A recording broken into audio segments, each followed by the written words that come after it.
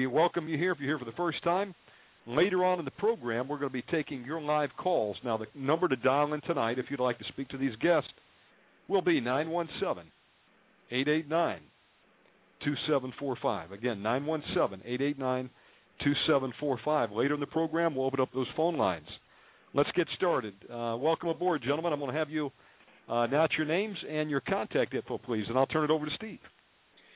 Well, good evening, ladies and gentlemen, and welcome to tonight's broadcast. This is a time-vaulted or opening of a time lock for information that has been kept, if you will, secret, hidden, almost to the point where now it can be told, now it can be spoken, and I'll let Tom and Chris address that. My name is Steve Quayle. I'm going to moderate, but the experts tonight are Tom Horn and Chris Putnam. We're going to bring Chris on first.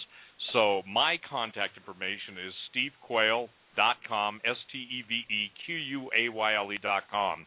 For those of you that are listening in, when you're going to ask your questions, I'm going to ask that you direct them to the specific speaker.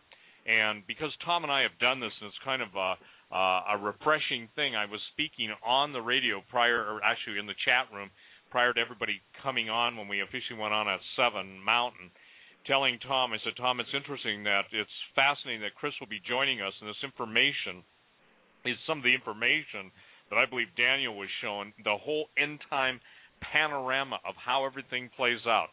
If there's anything that's important, ladies and gentlemen, it's to understand the nature of the battle, the players in the battle, and how this will affect the lives of almost just in the United States alone, 70 million Catholics, but also it's going to affect everybody on the planet. So we're going to bring on this topic. And by the way, you're going to hear from the two co-authors of the book that they've just written. The final Pope is here, Petrus Romanus.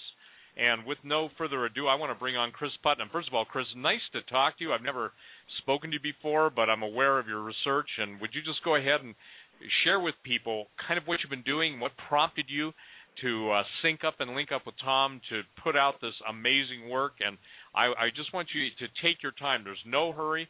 We've got 4 hours, and you guys, the 4 hours we've got without breaks outside of one break at the top of the hour, just so you know, this is the equivalent of 8 hours of broadcasting.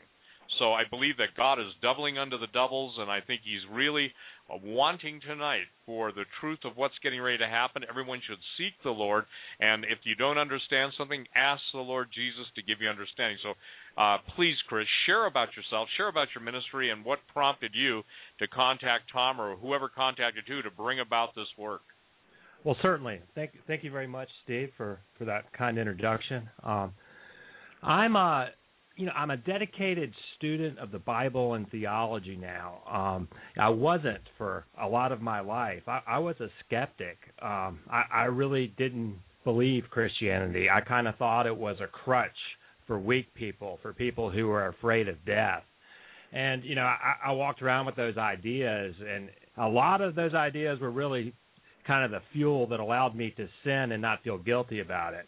And, about 12 years ago, the Lord brought all that to a head and brought me to my knees.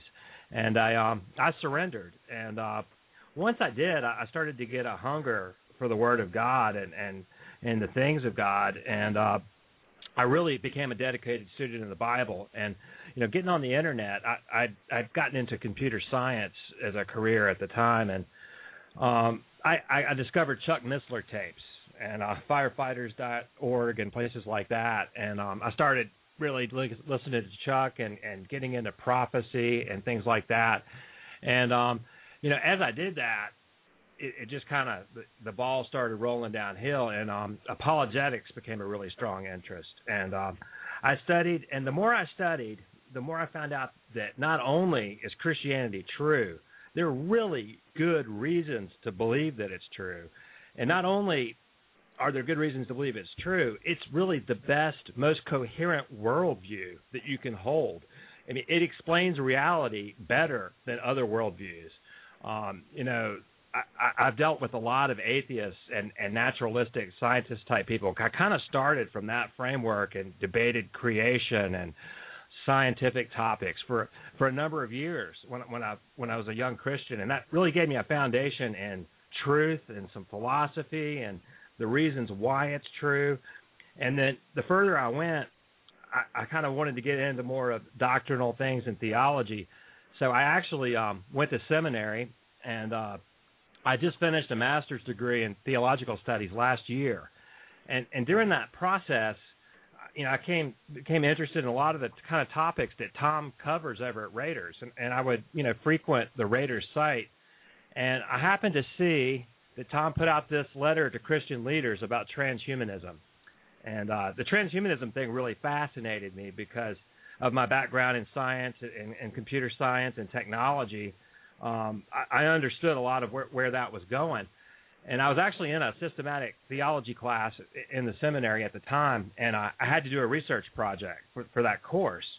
And I decided to do it on transhumanism. And that paper is actually published over at Tom's site right now. And it ended up being a chapter in the book Pandemonium's Engine. And that's how I met Tom. Basically, I started corresponding with him when I wrote that paper. And it started out as a seminary paper. And I really kind of took the naturalistic worldview to task. And there's people that call themselves Christians that are advocating a thing called Christian transhumanism.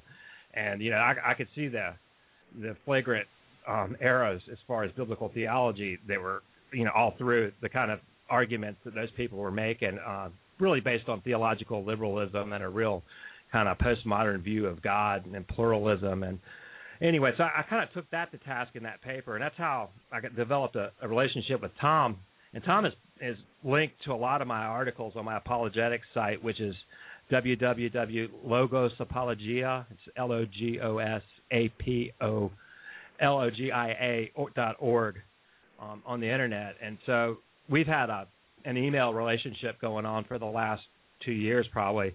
And we were, been talking about prophecy and some of the things we were going back and forth. And we both got on this topic of the prophecy of the popes. And the thing that you just can't get around with the prophecy of the popes is that the next pope's the last one. I mean, that is a fact, whether it's a real prophecy, whether you buy it or not. The fact of the matter is a lot of people do buy it, and there's only one left, one way or the other. We're going to find out if it's true or not. And, the thing that's interesting about it is that there are some really remarkable fulfillments, and we can talk about those more later. But there's really compelling reasons that made the project interesting.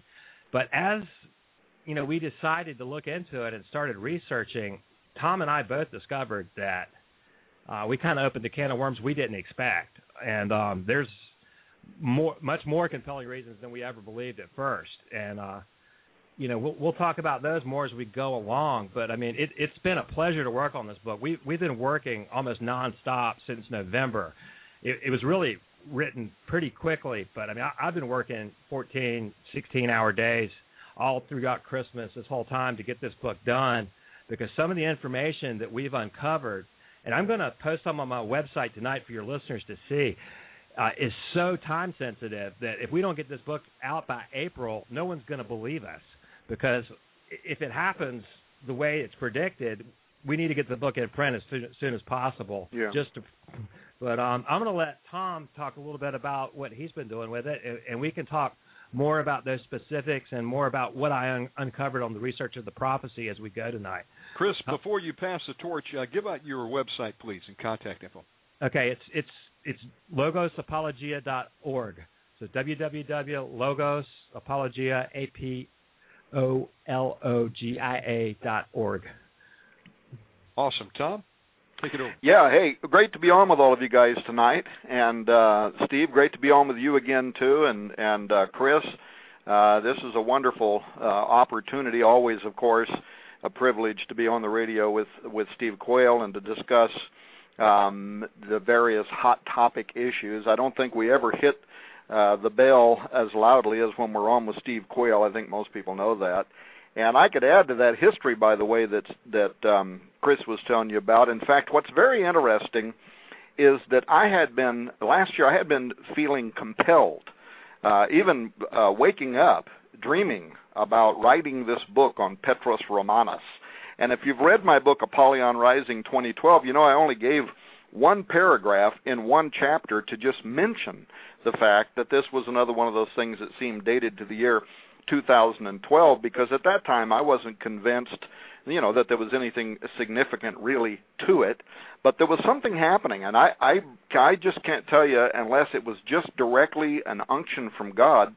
This just started coming to me, and I started talking to my wife, my son. We were traveling at the time last year, and I was speaking at these different conferences, and we had gone to the Strategic Perspectives Conference in Idaho, where I spoke for Chuck Missler's event. And during that event, when I wasn't speaking, I was visiting with my son and my wife about this, and decided that I was going to begin doing research and write this book on Petrus Romanus. And I have to tell you, we had that conversation, and it was not 1 hour later, Steve, when I went into my hotel room, and I thought while I was in there I'd check my email, and I had an email from Chris Putnam, who I had grown to respect as a theologian and an apologist over the last couple of years. And in his email he was saying, and he and I don't think had talked about this before then, and in his email he wanted to know if it'd be okay if he used that quote from Apollyon Rising on the prophecy of the popes in a research paper that he was writing, and I couldn't believe it. I emailed him back. I said, you won't believe that just a few moments ago I had decided to write a book about this. Well, anyway, I don't need to go into all the blow-by-blow details, but there did seem to be something very providential about it, and I have to tell you, it's a good thing that God introduced the subject matter that Chris and I would be writing about bite at a time, if you know what I mean, because the truth is, I've never had a project in my life before where it became at one point as concerning to me as this project. And as you know, I've taken on the Freemasons. I went to Washington, D.C., went right into the house of the temple, met with leaders there that gave me 2 coins to keep me from getting killed by the Freemasons. So I've done a lot of this stuff in the past where, some people might have, been apprehensive to do it, but nothing until we started on this project had me a couple of different times looking over my shoulder wondering if we really should go down this road. And I know Chris felt that way a couple of times too, but we both believe that God has given us what I now believe to be the most important research in my life, certainly the most urgent message that I've ever personally delivered. And I say that as a man who's been in ministry over 30 years. I pastored for almost 25 years. I've held executive-level positions in the largest evangelical organizations in the world. I've spoke at very large conferences and to very large radio and television audiences. And I'm telling everybody within the sound of my voice tonight, and also who will listen to this recording later, nothing, nada, not one time during all that time did I work on a project or have a message as important as this latest investigation by myself and my co-author, the theologian and investigative bloodhound Chris Putnam. And that's already being reported on my website, on his blog site, and also, by the way, being reported at newswithviews.com. And I want to encourage people to read the weekly series over there at newswithviews.com, because my friend Paul Walter, that owns that website, has had a lot of struggles in the last year, and yet he has not once stepped backward from being very brave to publish a lot of stuff that other people, except for maybe Steve Quayle, a lot of people won't touch this stuff with a 10-foot pole. But anyway, bottom line, let's get to talking about this, because unless people have been buried under a rock around the world, people understand that we've entered 2012 aware now that something is going on at the Vatican. There is a power struggle, and it is boiling to the surface between factions over there inside the Roman Curia, the College of Cardinals. It involves the current Pope, Pope Benedict XVI. It involves his Secretary of State, Cardinal Tarcisio Bertoni. It involves other players that we can discuss during this show and that Chris and I have documented in this 600-page book, 6x9 binding, over 800 authoritative footnotes and images, And we titled it Petrus Romanus, the Final Pope is Here, because, as Chris said, we have, according to an ancient Catholic prophecy, which seems to be unfolding right on schedule, we have reached a moment when the final pope, more commonly understood by both Catholic prophets and evangelicals as the false prophet of end times biblical fame that gives rise to the Antichrist, he's here. And if our investigation is correct, we could be within 60 days, 90 days, 120 days of the arrival of that assistant to the man of sin that was predicted thousands of years ago to arrive on this date. Hey, Chris, let me ask you a question, and this is, Tom, great intro. The relevance of this to a lot of people who may not have an understanding of the Catholic Church or may not have an understanding of how this plays into the end time. What Tom has just said, obviously the false prophet, but there's a point that I think most people need to look behind the scenes, even the Catholic believers themselves, at just the, if you will, the arcane and Luciferic initiations of, for instance, what Malachi Martin wrote about and others wrote about, and a lot of people have been killed over. Could you kind of briefly and take as much time as you'd like, but share that about the actual enthronement of Lucifer? And if Tom, if you feel you can address it, whoever can address it, I think it's important for people to understand this, because when Jesus was tempted, the devil took him up and set him on, the top of the temple and basically said, look, all these kingdoms will be yours. And there's this misunderstanding in a lot of believers, whether they be Catholics or Protestants, just what really is going on and the throne of power, why it's so necessary, number one, for Lucifer to control the Catholic Church, and number two, to control Jerusalem. So let's go just to the Catholic Church first. Can you kind of encapsulate that for the listeners? Sure, Steve. It's interesting what you said about with Jesus and the temptation by Satan, because when people read the book, they're gonna find that we approach several different angles of prophecy, and they all kind of come together. And there's a really interesting argument from the historicist interpretation of the Book of Revelation, which also speaks to that issue, and maybe we can talk about that more later. But what you mentioned with the enthronement ceremony, now Malachi Martin wrote this book called Windswept House, and it's called a Vatican novel, but if you go and read the interviews or listen to the coast-to-coast interviews that Martin gave at the time that he wrote the book, he called it faction. In other words, it's fiction based on facts. And he loosely changed some names and a few things, but according to him in interviews and the things that he said on Coast to Coast, that those things actually did happen. And one of the things that he claims happened was that there was a ritual that occurred simultaneously at the Vatican and in Charleston, South Carolina, where they enthroned Lucifer onto a throne, symbolically, but the idea being that they were creating a future pope, is what it sounded like. I mean, that's the contention that Martin makes, and there's some parts of the book that a lot of people aren't even aware of near the end that Tom and I uncovered. You'll see this quoted all over the internet, is what I'm getting at, about the enthronement ceremony, but most of them only quote the beginning of the book. Like the whole first chapter of the book goes into the details of it. But at the close of the book, Martin actually does a little recap of it and actually says the purpose of this ritual, which is really a really nasty kind of sex magic sort of thing that I don't even really want to describe in detail. But it involved pedophilia and other things in South Carolina. Now, I think the idea with this occult ceremony was that they were tied in over a phone line, and these guys acted this ritual out in South Carolina, while simultaneously this group called the Roman Phalanx was in the Vatican, and supposedly there's a magical connection that they have. Now, I don't really understand a lot about that kind of occultism, but I believe that they believe it, and there's something going on there.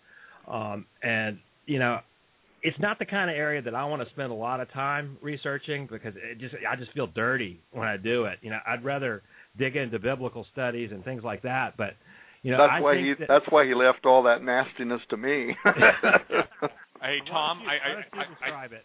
Yeah. Hey, Tom, I want you to address the nastiness because even in my book, Long Walker, one of the illustrations that was given to my sketch artist, who's a talented man, Brian Snowdy, in my opinion, probably one of the most gifted illustrators on the planet. The ritual that I was, and you guys need to understand this, is that the ritual that I was given to give to my sketch artist, and then it was given back to a high-ranking military general that happened to be at this horrid ceremony where there was child sacrifice and the Annunciation. This is, by the way, after the last Pope's death. During his funeral, on the underground Rome labyrinth, and some of the things that were present, including whether people can handle this or not, a live giant. I mean, this was given to me by an active duty general. And guess who was there? Cesar Chavez. And I'm sorry, not Cesar, Hugo. My apologies. I've got Cesar on my mind. Hugo Chavez was there, and he ran out of this ceremony. And when he went to the United Nations, the people, the world rulers, here's what people got to understand. When our Lord Jesus stated that the whole world lies in the evil one, that they were there, and the only man that saw it for what it was Chavez. So the fascinating thing is what we're talking about, the enthronement of Lucifer. We're talking about child sacrifice. We're talking about the raping of children and then the slaying of children. It doesn't get any more disgusting. It is a blood sacrifice. It's just like the abortion issue. Abortion is a blood sacrifice to Lucifer. And there was and I think that people got to understand this. This isn't a quaint intellectualism. This is full-on slaughterism. There's a new word, Tom, slaughterism, in which these people are invoking all the occult powers that they've been given through their ancestral bloodlines and fallen angels and everything else. And, I mean, when people just laugh and say, oh, that stuff's not real, this stuff is very real. So if you take what Chris said, Tom, and add whatever you want to add to it, it's critical that people understand this is not just a bunch of good old boys. These are people that have given their power unto the devil.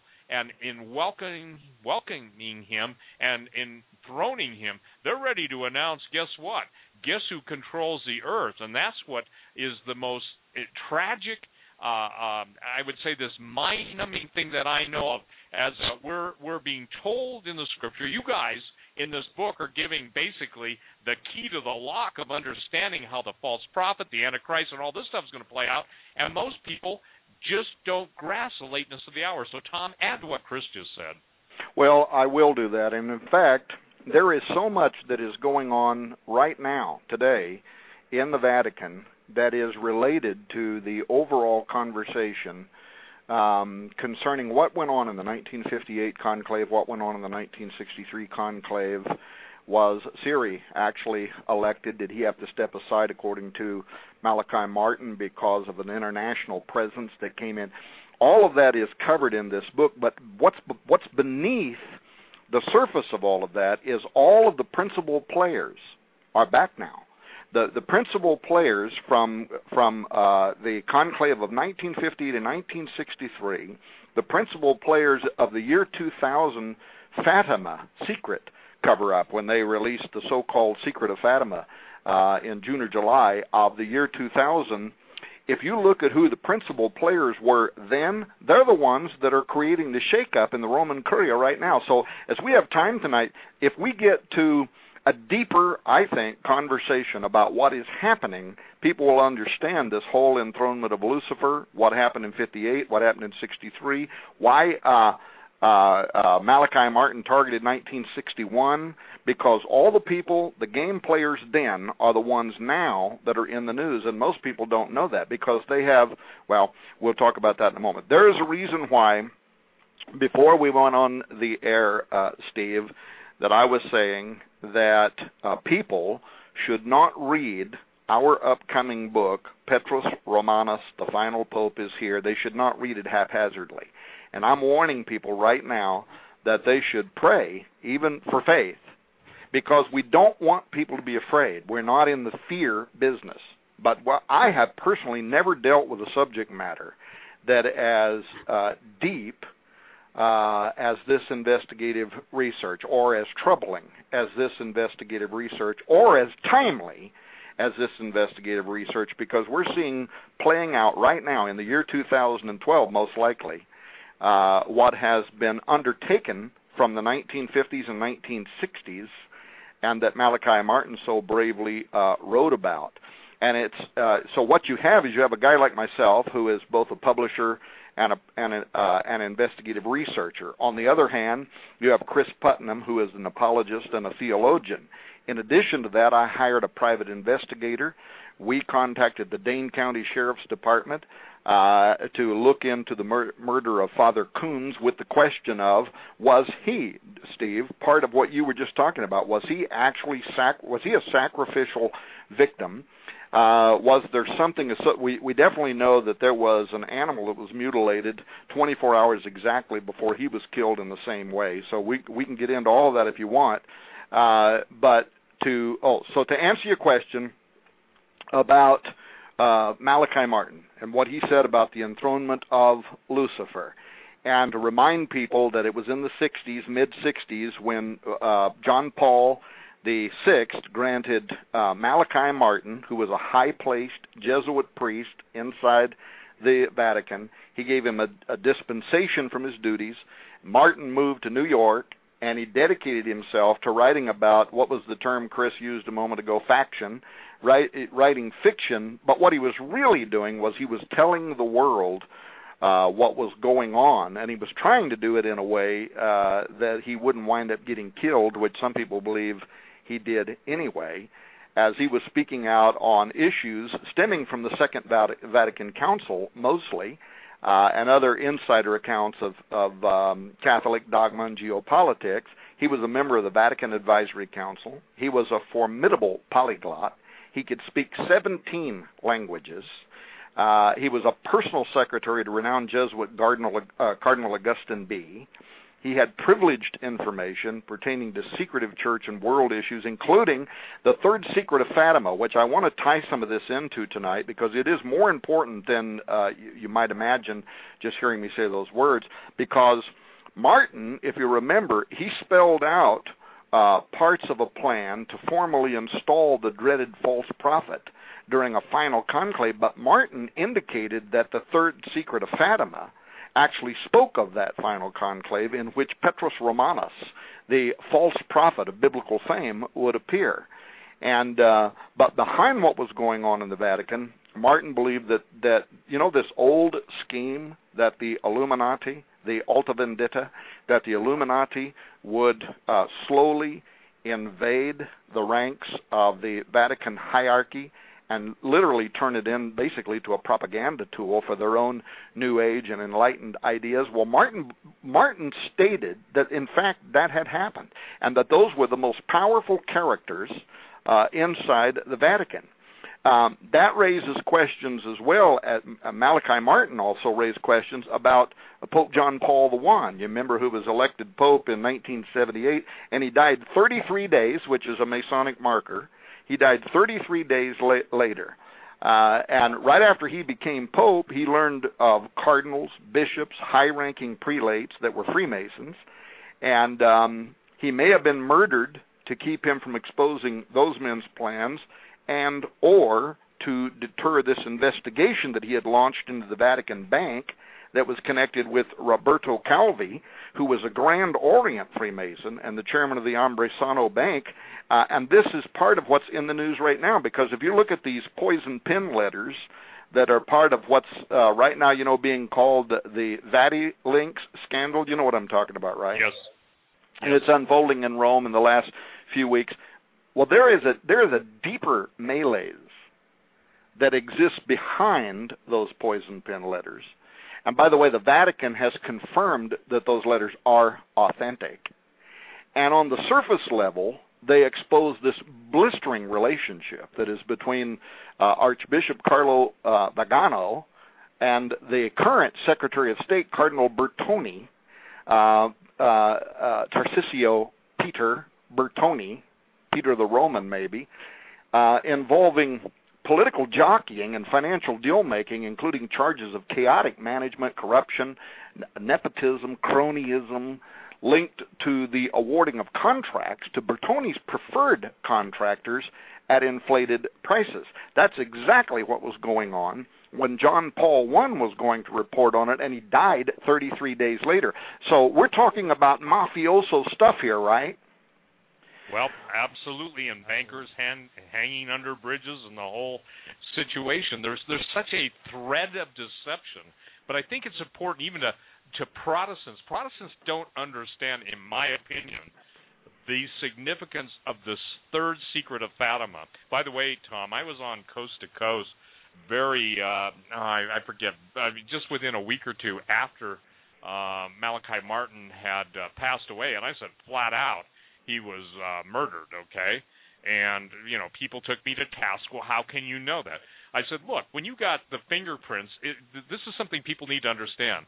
Occultists enjoy announcing what they're going to do.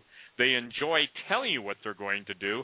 And then they enjoy, as one guy said, shoving it, and I won't say where, up the non-learned adepts, or basically, and then mocking the Christians for, believing in prophecy, but not even seeing what they tell. Here's what I've been told by he's a dead Illuminist now, but he said, Steve, what's so amazing, even to us, is the fact that the Christians claim, these are his words, not mine, to believe in prophecy, but they don't even believe what they see with their own eyes, let alone the prophecy they claim to believe. And he just laughed. And I said, I got news for you. His name was Tex. I said, look, Tex. I said, and that's his real name, by the way. He's dead now. I said, that's not the case with everybody. He said, do you realize how few people get it? So listen, ladies and gentlemen, what we're talking about tonight is life-impacting, life-threatening. And as Tom said, and I know that Chris would reiterate this is stuff you pray over. This is stuff that the prophets of long ago longed to look into. This is stuff that even though Daniel was allowed to see, he wasn't allowed to write it, in detail. So the thing is, this is as critical as it gets. And so I'm saying that, Tom and Chris, for the benefit of people saying, well, what is all this Catholic stuff? Let me put that question to you, if you don't mind, Tom, real quick. Chris, what does this all really boil down to in the third secret of Fatima? Can you sum it up? Because, look, the denials and, blah, blah, blah. I'm telling you this, the third secret of Fatima is real, and it was so not only prophetic but apocalyptic in the revealing of how it all played out. Naturally, if you're being told that you guys are going to usher in the false prophet, you're not going to go out and broadcast that to 1.3 billion of your followers or worldwide. So will you sum up, if you would, Chris Putnam, will you sum up the third secret of Fatima through all your research? And then, Tom, obviously you want to add to it. I'll tell you, Steve, I'm skeptical about the third secret of Fatima in one way. And the main thing that I'm skeptical about is that I don't believe that Mary is giving messages to anybody. I think that there's a level of deception going on. Oh, absolutely. Let me interrupt something. Familiar spirits are familiar and masquerade. I think a good word is masquerade. But I think, and I agree with you, okay? The bottom line is the testimony of Jesus is a spirit of prophecy. But would you just encapsulate what the end time, if you will, content of the third secret of Fatima is as you understand it? And then, Tom, you, and then I'll throw in whatever 3 cents I have. I think that, I don't know. Okay. I mean, I think Tom's got a better idea of what it is, but I'll tell you, my opinion of it is that it was something that the Catholic Church doesn't want to talk about, and that tells you a lot right there. Absolutely. And I think that speaks louder. I mean, everyone has theories about what it is, and according to Malachi Martin, what they are saying it is now can't be true, because he even gave a certain length of it and things like that don't match up to what the story that the official line that they're giving now. So whatever it is, they're hiding it. And that tells me more than anything that it's not convenient to their theology. It's not convenient to what they want people to think about them. And I think Tom's got a more specific idea of what it contains. What do you think, Tom? Yeah, well, of course, Malachi Martin, and a lot of what he was writing about, he was writing novels, so he would do fancy things. He would change dates and times, but he would also give you just enough to know who he was actually referring to.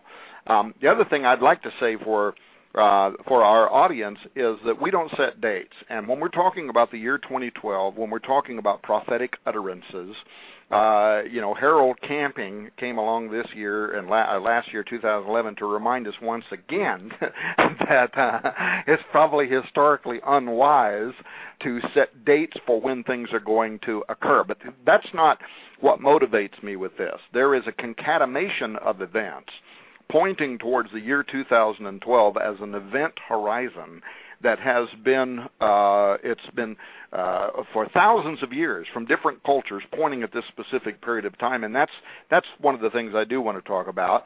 The other thing, though, is that not only do we not set dates, but when interpreting end times signs, you got to be careful about non-canonical sources, and that could include anything from the novels of Malachi Martin to the writings of famous seers, to Nostradamus, to Edgar Cayce, to Jeannie Dixon, to whatever.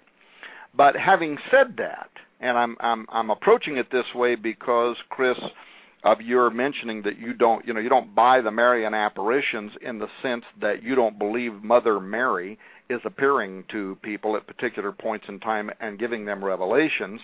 But I think what you, I, Steve Quayle, all of us would say is that besides divinely appointed Scripture, there have been times when occultic forces also are aware of certain dispensational realities and can make very accurate predictions. And then even God himself, by the way, sometimes uses what we would call unsaved people. That's something that some people, have a hard time wrapping their mind around, but he does do that. He has done that in history. He used Nebuchadnezzar.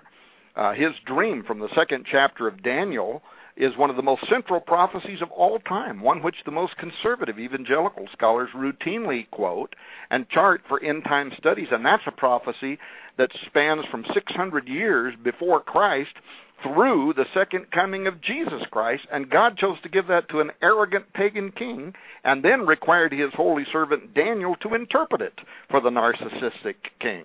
And then, of course, Balaam. Here you got a sorcerer hired by Balak, the Moabite king, who was afraid of the Israelites, and this king sends for the dark wizard Balaam and wants him to prophesy against Israel. And they both live in infamy today, and yet in Numbers 24:17, another of one of the most central prophecies concerning the coming of Christ, in which Balaam prophesied, I shall see him, but not now. I shall behold him, but not nigh. There shall come a star out of Jacob, and a scepter shall rise out of Israel, and shall smite the corners of Moab, and destroy all the children of Sheth. And that prophecy was received 1,000 years before Christ from a hostile source, and yet it is one of the most well-respected prophecies concerning the coming of Jesus Christ. So what do we take from this? There are times where it can be, something is either divinely inspired, or it is demonically inspired, or it is God using an unsaved source. Imagine that. Imagine that. But God uses whatever he wants to use, doesn't he, to tell the world what is coming. And I remember, by the way, when I was a pastor, somebody came to me one day and they asked me why God kept using this one person in the church who they didn't feel was as qualified as they were, and the answer came to me instantly. And I said, it's because they're willing to do it. They'll open their mouth and let God speak, and you're not.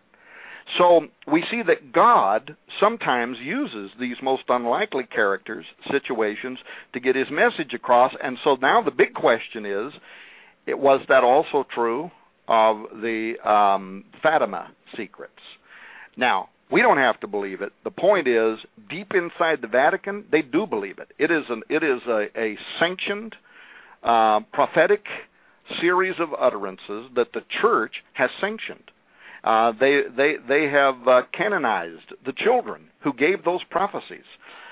They deeply and truly believe it, but there's strong evidence that they have covered up whatever the final prophecy actually is, and we'll talk more about that in a moment if you want to. But the question still goes back to what you said earlier, Chris. Not only would it maybe be true of the Fatima secrets, but the prophecy of the popes. You said a moment ago you could illustrate how accurate the prophecy of the popes has been for at least the last 500 years, something higher than an 80 or 90% success ratio, which is better than any prophets I know today. Where did that come from? Where does that inspiration come from? Is it demonic? Was it divine? That's the question, but no matter what anybody believes in that regard, we've reached the end of this Catholic prophecy. And the very next pope is Petrus Romanus, the final pope on the list. And events around the world right now are developing in support of the idea that the Antichrist and the false prophet are here. And that's what this new book, Petrus Romanus, it's 600 pages and 800 authoritative footnotes, is an investigation and conclusion of that startling fact. And then let me add one last thing, and I apologize. I'm not trying to dominate the conversation. You guys just get me anointed, I guess. One final thing. People, well, never mind. Go ahead. Well, Chris, here's one of the questions I think that, and I'm in total agreement. You know, what a lot of people don't recognize is the fact that, Tom, I want to just build on something. Even when you've got the Sibyls, and when you have the Greek prophetesses, and you have all of the fallen angel influence, when you had even Herod being worried about the birth of the Messiah, and so worried, killing all the children, Rachel weeping for her children, for they are not, and all those things. I think the thing that people have got to understand is there are specific, and I don't even like the word dispensation, so I call them this. I call them locked into eternity points at which God, in essence, this whole thing moves according to His will. He uses the wickedest and the vilest of men to fulfill His purposes, and God knows that we're seeing that in living color, and we're seeing that in absolute the expression of the political scene in this world. But also the thing is that people have got to understand that when we're talking about the Scripture, God's Word, the declaration, you know, you left out Balaam's donkey, okay? Right. I would prefer to sit down in a stable with a talking donkey that's at least smart enough to see an angel than most of the, and this is a biblical term, dumbasses that preach 20-minute sermons on golf games, okay, and that is a biblical term. And I think the thing that people have got to understand here is that the testimony of Jesus, Spirit of prophecy, and I think concurrent, Chris, with what you and Tom are writing about, is look at the hatred towards the name of Jesus. Look at the intrigue that's coming on, so anything can be done in anywhere, anytime, any place. But they wouldn't try and denigrate or disavow Jesus Christ unless they knew, and this is what a lot of people don't understand, they are convinced they can defeat Jesus. They acknowledge He's coming back, by the way, but they believe that somehow the yielding of God's creation, especially mankind, sold out to Lucifer, will join and form, if you will, a hybrid, and a transhumanist is a better word, that will somehow make war on God and win. So I want you, if you would, Chris, to just spell out, as you have. Some people say, well, what's the big deal about St. Malachi or his prophecy, and how do we know it's true, and blah blah blah blah blah, and these guys aren't really, people even claim whether he was really saved or not saved. The point is that what as your studies have indicated to you, what is the reason that you say, you know what, this guy's been firing on all 8 cylinders? Can you kind of give a brief overview of his prophecy and how it has been accurate as you see it? Sure. The thing that that Tom was talking about is an argument that I used and I published on my website about Balaam, about Nebuchadnezzar. I mean, these things are demonstrably true. So we can't say biblically that only certain ordained prophets have the future, because obviously Balaam predicted the Bethlehem star, and that's probably what led the Magi to see Jesus, and so there is a biblical precedent. Absolutely. For prophecies coming from strange sources. And prophecy in general is just really strange. I mean, even if you look at, some of the ways that Matthew will quote the Old Testament and say it was fulfilled in Jesus, it's just really odd when he talks about, he will come out of Egypt from Hosea. I mean, if you go read the Hosea passage, you would never consider that a prophecy when you first saw it. So, I mean, prophecy is weird. And that's one thing that we have to accept, and that's why it's good to be somewhat flexible in your views about how the end times play out and things like that, because it's not always cut and dry. But one thing with the prophecy of the popes, I mean, the thing that grabbed you right off the bat, and that's just undeniable, is that if you're familiar with the book of Revelation, in chapter 17, it talks about the city on 7 hills. The 7 heads or 7 mountains where the woman sit of, and in the mountains, this is Rome. All scholars recognize that he was talking about Rome in chapter 17 and Mystery Babylon, and it gets destroyed. Well, obviously, you look at the prophecy of the popes, and it has this apocalyptic ending on it. In the extreme persecution of the Holy Roman Church, there will sit Peter the Roman, who will nourish the sheep during many tribulations, and when they're finished, the city on 7 hills will be destroyed, and the dreadful judge will judge his people. And that little codex on the end there, it matches Revelation 17, and that right there is compelling to me, enough to want to look into the prophecy, and because if that's true, then we really are right up against it. And, do I know for sure that we are? No, I don't, but I suspect that we are. And the reason why I say that is that when I first started investigating this Malachi prophecy of the popes, I did pray. I mean, honestly, I thought about backing out of the project at first, because I'm thinking, this thing's kind of dubious. I mean, it's a Catholic prophecy. I mean, it's not biblical. Here I am. I'm just getting out of seminary. I'm gonna discredit myself. I had these fears. And I prayed and I asked God, help me to see through this thing. So I started with a really skeptical attitude, and I started looking into it.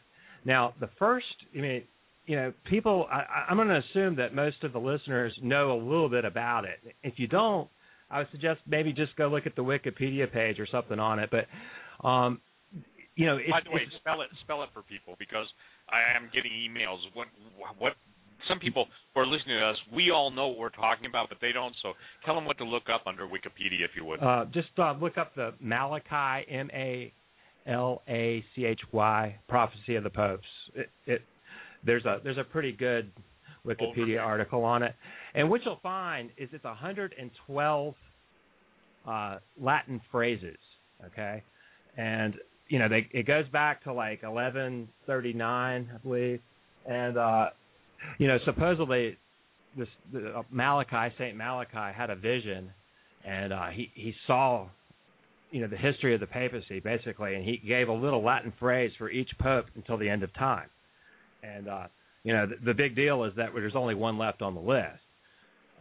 But, there's a whole controversy about the prophecy.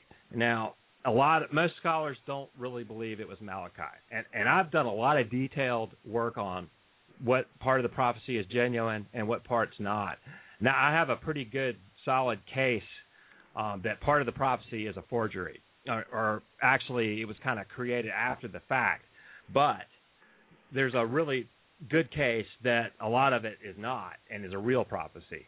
And I can get into more detail about that maybe in the second hour.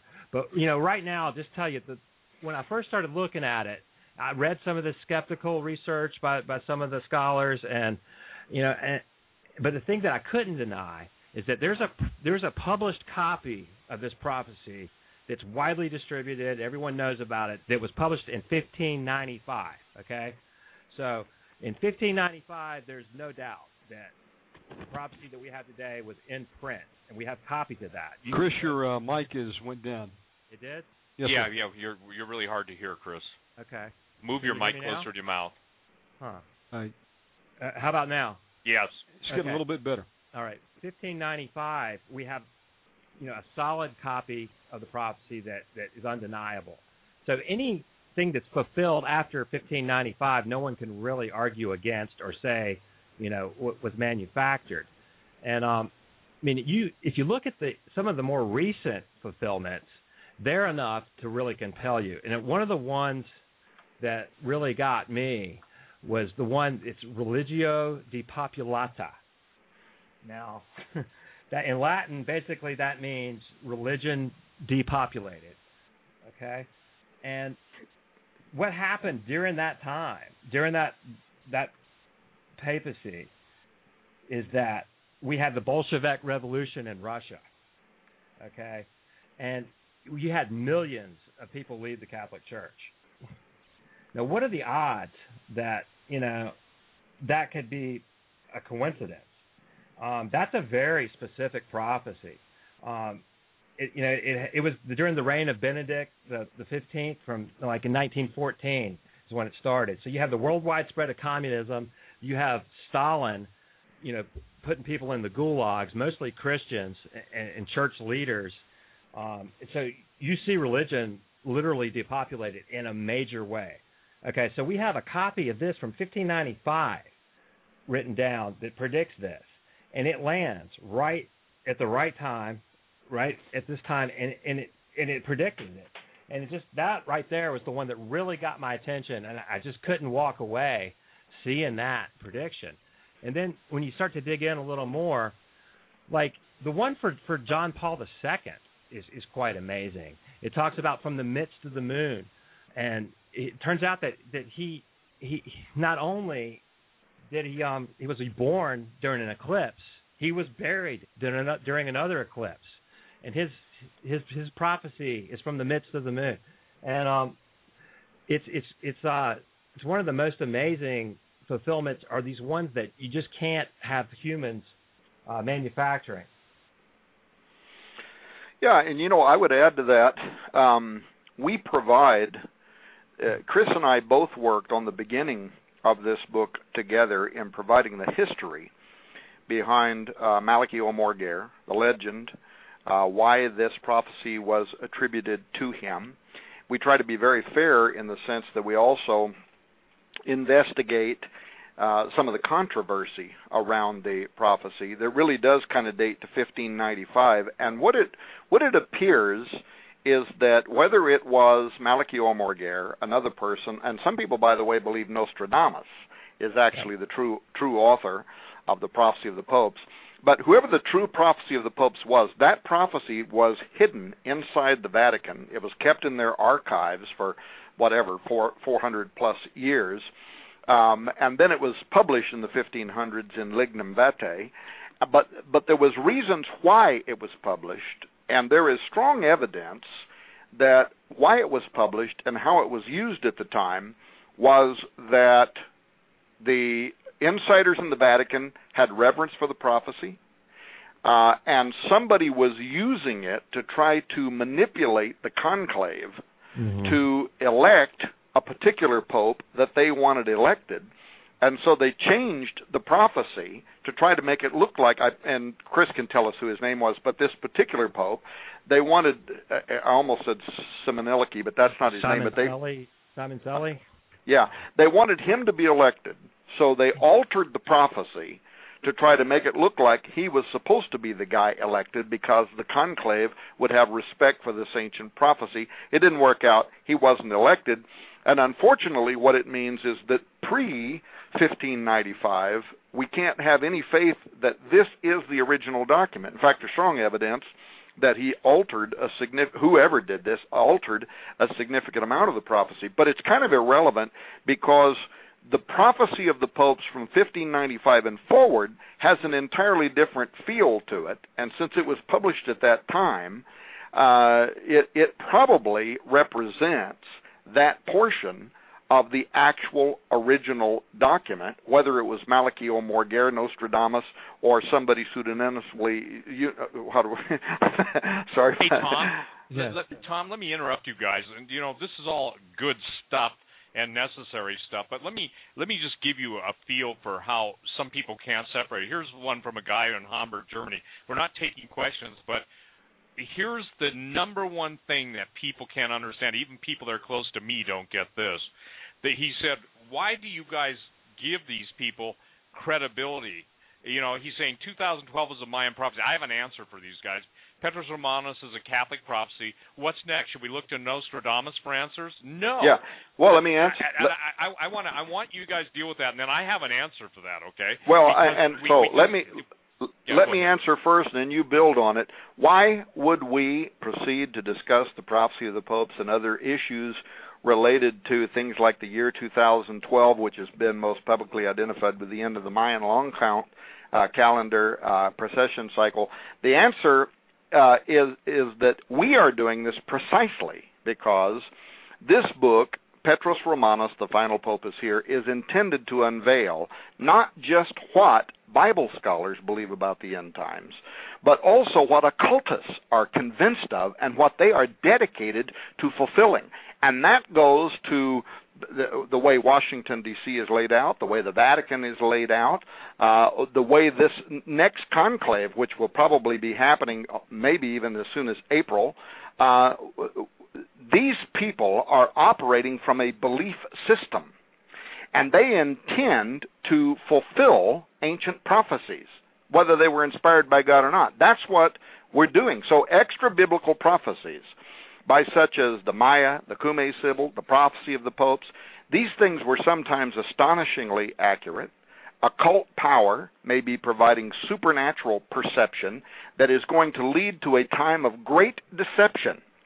And don't forget that in addition to the examples we gave earlier about Nebuchadnezzar and so on, Jannes and Jambres withstood Moses in the Old Testament. They had supernatural power. The Pythian priestess in the New Testament knew that Paul, Peter, that they were preaching the gospel of Christ. How did she know that?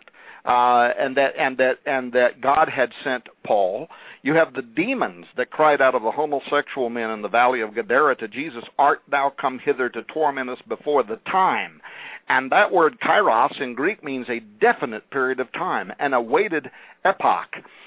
These are all facts that are especially germane to eschatology, to end-time events, that we are approaching a juncture in time, an important moment in time, and it isn't just preachers preaching on Sunday trying to interpret biblical prophecy. There are occultists who are very much devoted and very much inspired by demonic forces that have a plan.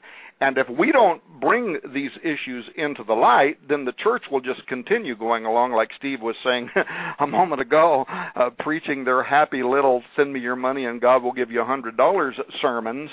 And he that now withholdeth will quit withstanding, and times of darkness can come forward.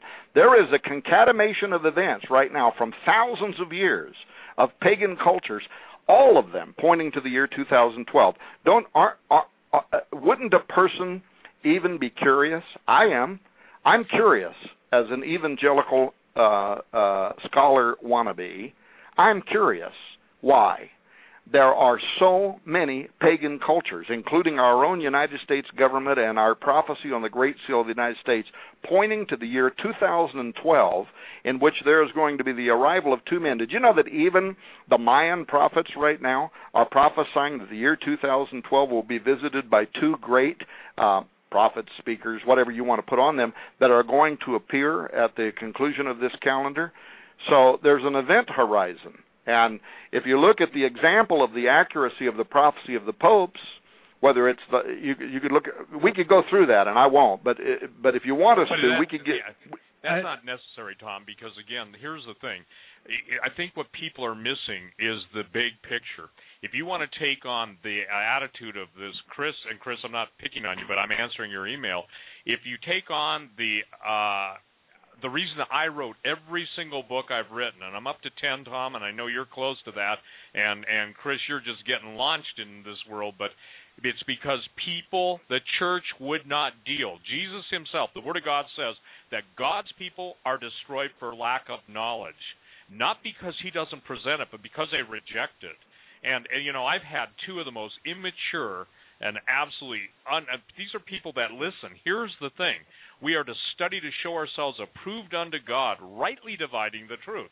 There are people that say, well, how could the Magi, being magicians, astrologers, God's down on astrology, how could they go and give God, the Son of God, gold, frankincense, and myrrh? I said, simple. They were smarter. They weren't listening to Christian TV, obviously, and they weren't bringing Federal Reserve notes, IOUs, and collateralized debt obligations. The point is that here's what I want to say this in the context. Every single source of occultism, hidden knowledge, all the rituals of death, rituals of evil are absolutely spawned by the fallen angels and their progeny. It was the fallen angels producing the giants, the mighty men of renown, that basically taught mankind all this forbidden knowledge. And the deal is some of that knowledge was sealed up. But now, you know, it's amazing. I deal with Christians who believe in UFOs, but then they want to take me on for, you know, because I'm using extra biblical sources. The book of Enoch, for instance, and Tom, you and I have done some, in my opinion, the best, and this isn't flattering us, it's because God was showing us something to show to the rest of the world that, look, the whole basis of the book of Enoch is the prophetic future, but how the, if you will, the fallen angels, the angels that kept not their first estate, and all this stuff, and now we see Hollywood worshiping, magnifying, openly flaunting in our face, and people listen to that, some of that, and I can't say the word, but some of that fecal music, and then telling me or you or Chris that, you know, why are we giving pagans their due? We're not. We're sharing the truth, and this is something that some of you need to grow up on. The truth is the truth. Just because God uses you in one direction, it doesn't mean, and it means the same thing for me, that we all have all the answers. But what we're trying to tell you how it's going to play out. I would think that most Christians listening to this who are still struggling over Nostradamus and the Mayans, let me tell you why the Mayan calendar. The Mayan calendar, by the way, Tom, I don't know if you've heard me. I don't call it the Mayan calendar. I call it basically hate notes from fallen angels, okay? Right. They know the workings of the stars. God showed Enoch. He took them to heaven. If you have a problem with Enoch going to heaven, take it up with God. In the book of Giants, we know exactly where all the genetic manipulation came from. Is it extra-biblical? Yeah. But most of the scripture, even in the New Testament and the Old Testament, people read it such a superficial way, and when they start going into a word study, then they understand, hey, the word for the dead isn't just somebody who's kicked the bucket. Those are my slang terms, not accurate, Chris, but just kick the bucket. You know, the word is Rephaim. So the thing is that we're in a, can I say something? And this is don't get mad at Tom or Chris for this, but some of you have to, I can't say it that way. You have to grow up, you have to mature, and you have to quit looking. You take this stuff to the Lord Jesus. You try the spirits. And look, it's just like people say, you know, somebody called my store today and said, oh, you must be a Catholic. No, I admire the Catholics because they stand up against abortion, against the things that I'm against. And it's like this. Are all Christians who call themselves Christians? Jesus put that into perspective. Are all Catholics Christians? No. Are all evangelical Christians? No. There are Christians. There are believers. Let me change the word. There are believers in Jesus in all the denominations. There are followers of Jesus. But the point is that we're trying to, and I tell you guys, I get frustrated at this point, so forgive me, but we're trying to help people see the roadmap of their future. Every headline in the world is talking about assassinations of popes. Everybody is talking about who the last pope is. And I'm not talking Tom and Chris and just their book. I'm talking it's out there. And when you control 1.3 billion people's lives or more, You have a lot of control. So when Satan, take it up with the Lord, Satan says all the kingdoms of the world are his, do you really think that anybody's exempt from his influence? The point that I'm trying to make to everybody out there, Tom and Chris, is that they need to listen with an open heart, and never have we said, this is the thus saith the Lord. We're saying this is how it's playing out. So we got to get to the nitty-gritty, guys. Well, and furthermore, Steve, again, it doesn't matter if a listener buys into the prophecy of the popes or they don't. Starting out, I didn't. Chris Putnam didn't. That isn't even what this book is about. What the project is about is that it is very obvious that some very powerful people in the Roman Curia, in the Roman government, do believe in it, and they are approaching the conclave that is going to elect Petrus Romanus, who the prophet of that prophecy foresaw as the coming of a pope who is going to be under the influence of Satan and is going to help give rise to the Antichrist.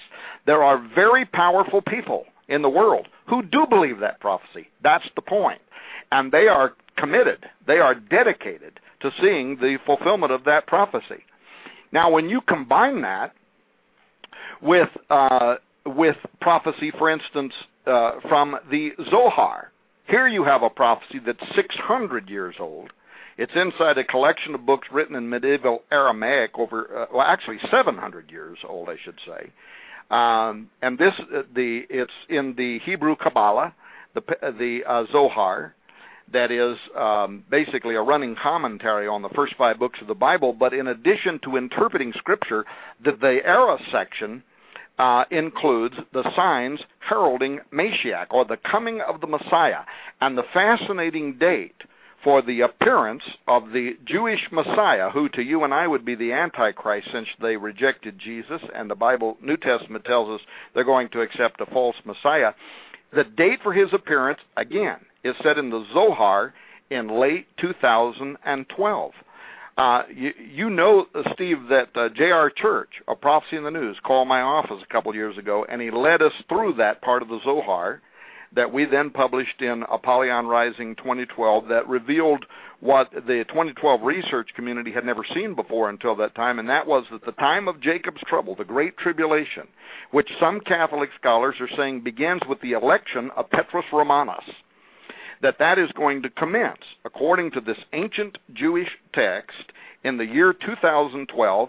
And furthermore, what's intriguing is that the prophecy in the Zohar sounds almost identical to the prophecy of the popes. It talks about how the kings of the earth will be gathered in Rome. It sounds very much like they're there during a papal conclave, and they are killed when fiery stones or missiles from the sky, that's what some Catholic prophets actually believe the meaning there is,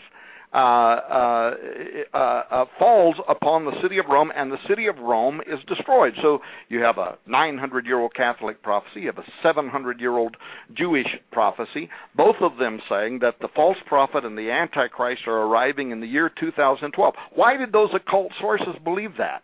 And again, go back to those demons that came out of the homosexual men that ran up to Jesus and said, "Why are you come hither to torment us before the time?" These spirits know something.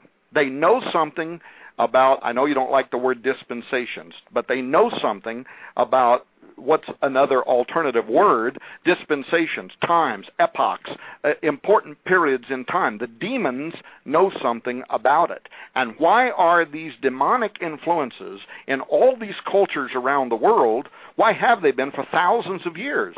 Looking forward to the year 2012. You have a false Messiah predicted in a 700-year-old Jewish prophecy to appear in 2012.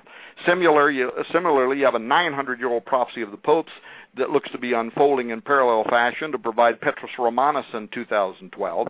To that you could include the Mayan calendar, ends in 2012 with the return of their flying dragon god, Kukulkan. The Aztec calendar ends in 2012, and their flying dragon god, Quetzalcoatl, returns. The Cherokee Indian calendar ends in 2012, and their flying rattlesnake god returns. Also, according to the ancient Mayan inscription, and you know that there was a second confirmation of this found in Mexico here about a month and a half ago, that in 2012 the Mayan underworld god Bolanyakteku is going to return. You have the Hindu Kali Yuga calendar that ends in 2012 at the conclusion of the age of the male demon. You have the conclusion of the prophecy on the Great Seal of the United States, the Kume Sybil's prophecy, pointing to the coming of Antichrist. And thanks to, again, investigative bloodhound, as I called him. I hope that's not an offense, Chris, because I mean it as a compliment. Thanks to him, we now know that, and these through college materials, university materials, that 260 years ago, the leader of the first Great Awakening in America, Jonathan Edwards, Sinners in the Hands of an Angry God, famous preacher, one of the most important original philosophical theologians, one of the greatest early intellectuals.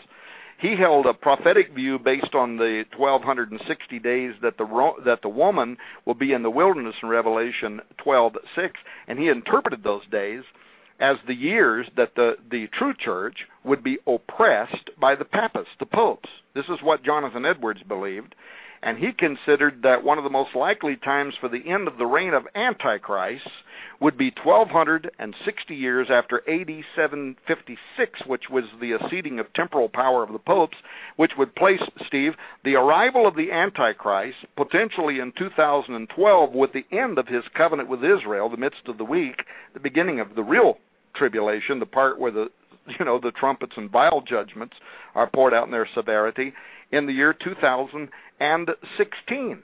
And this list goes on and on. In 2012, we elect a new president. In 2012, the United Nations gets a new leader. In 2012, Petrus Romanus is likely going to materialize during a final conclave.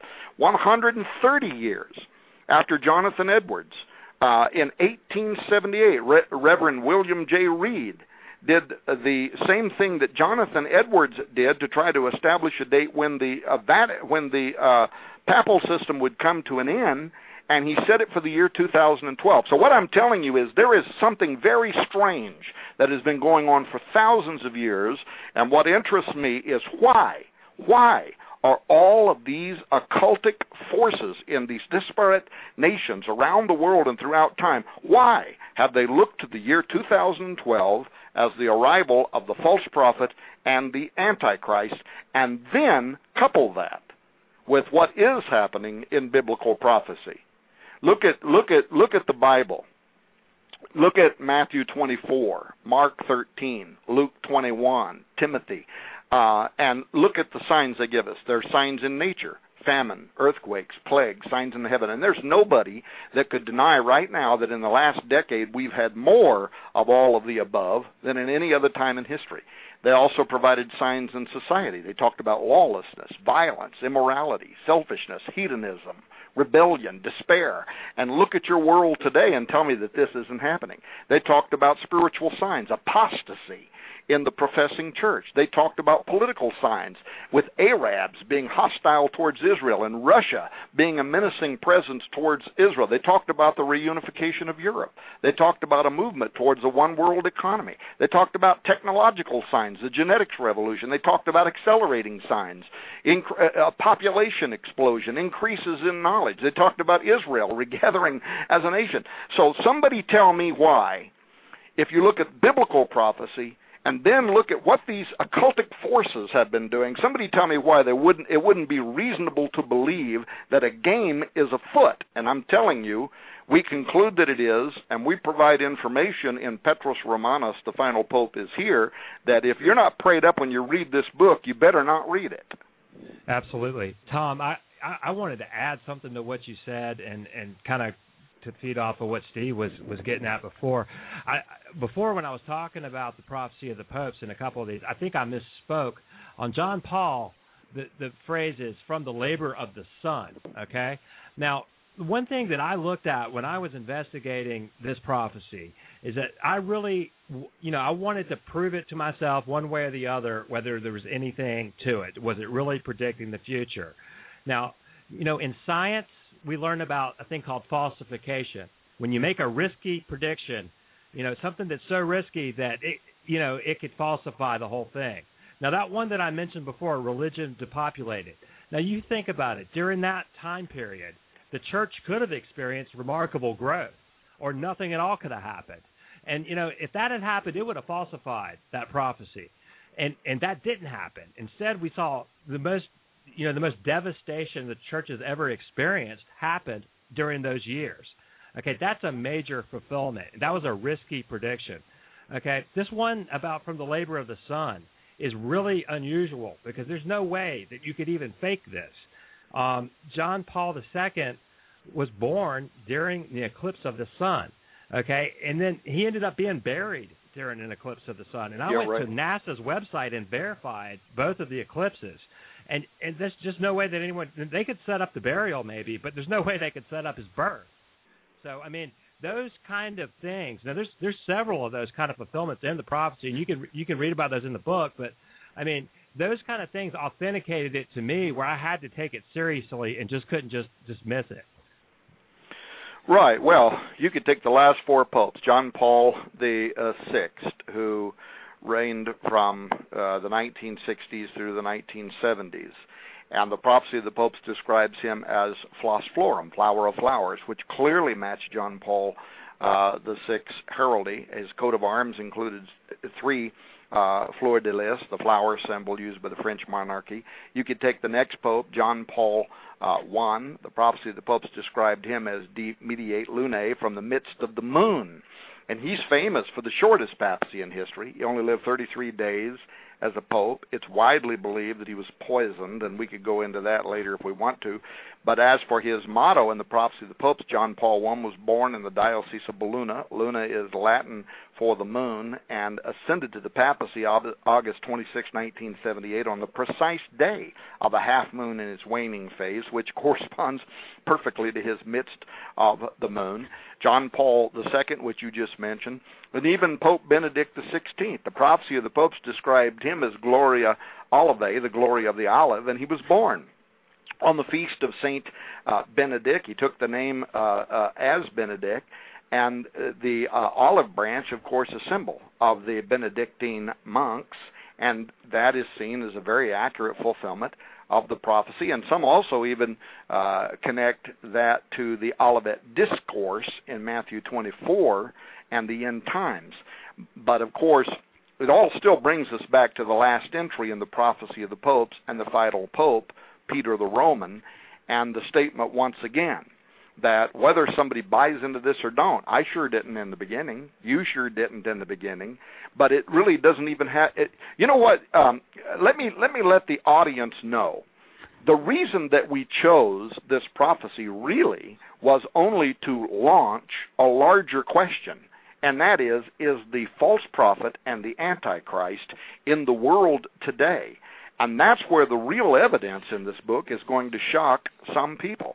And when you look at the political maneuverings, earlier I was talking about the College of the Cardinals and Carlo Vagano and this whole thing about the Vatican leaks, but at a deeper level, beneath what the public is seeing right now in the Vatican in the Vatican leaks scandal, Vagano's letters indicate that he was prematurely removed from the office of Secretary General of the Government of the Vatican City-State and given the job of nuncio, or the ambassador to the United States, specifically to remove him from Rome to the United States so that a power alignment could occur within the Vatican. Inside the Vatican government, supporters for Bertone could gather around him. I'm not the only one saying that. The best Vatican watchers are saying this. Most Vatican experts agree that the struggle that you're seeing right now in the media is the tiniest tip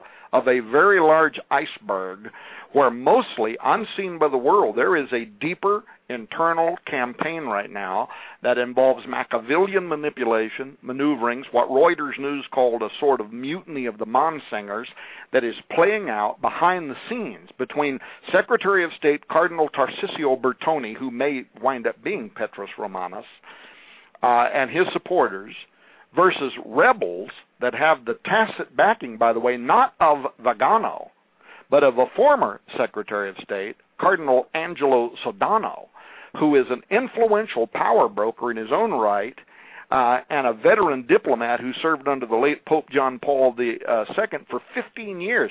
And Steve, Chris, and Bruce, this is where things get really intriguing, because if Sodano is truly behind these leaked papers that are coming out of the Secretariat of State in the Vatican, if he's behind the power struggle to undermine the papal possibilities for Cardinal Bertone, then something extraordinary really is happening with and between the original Fatima cover-up conspirators, Cardinal Ratzinger, who is now today known as Pope Benedict XVI, Cardinal Bertone, and Cardinal Sodano.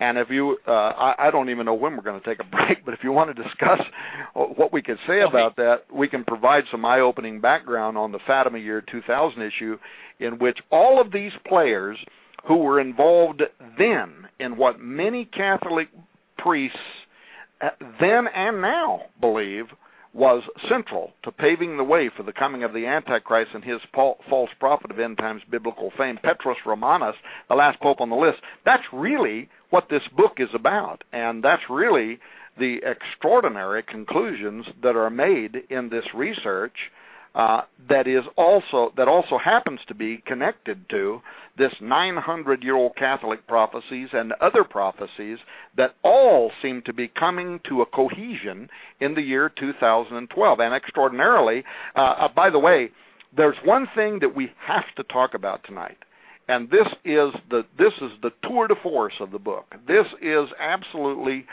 in my opinion, one of the greatest things that I ever have had the privilege of publishing, and it was found by Chris Putnam, God's Bloodhound, and it has to do with a French codex written by a French Jesuit priest, mathematician, and code breaker by the name of René Thibault.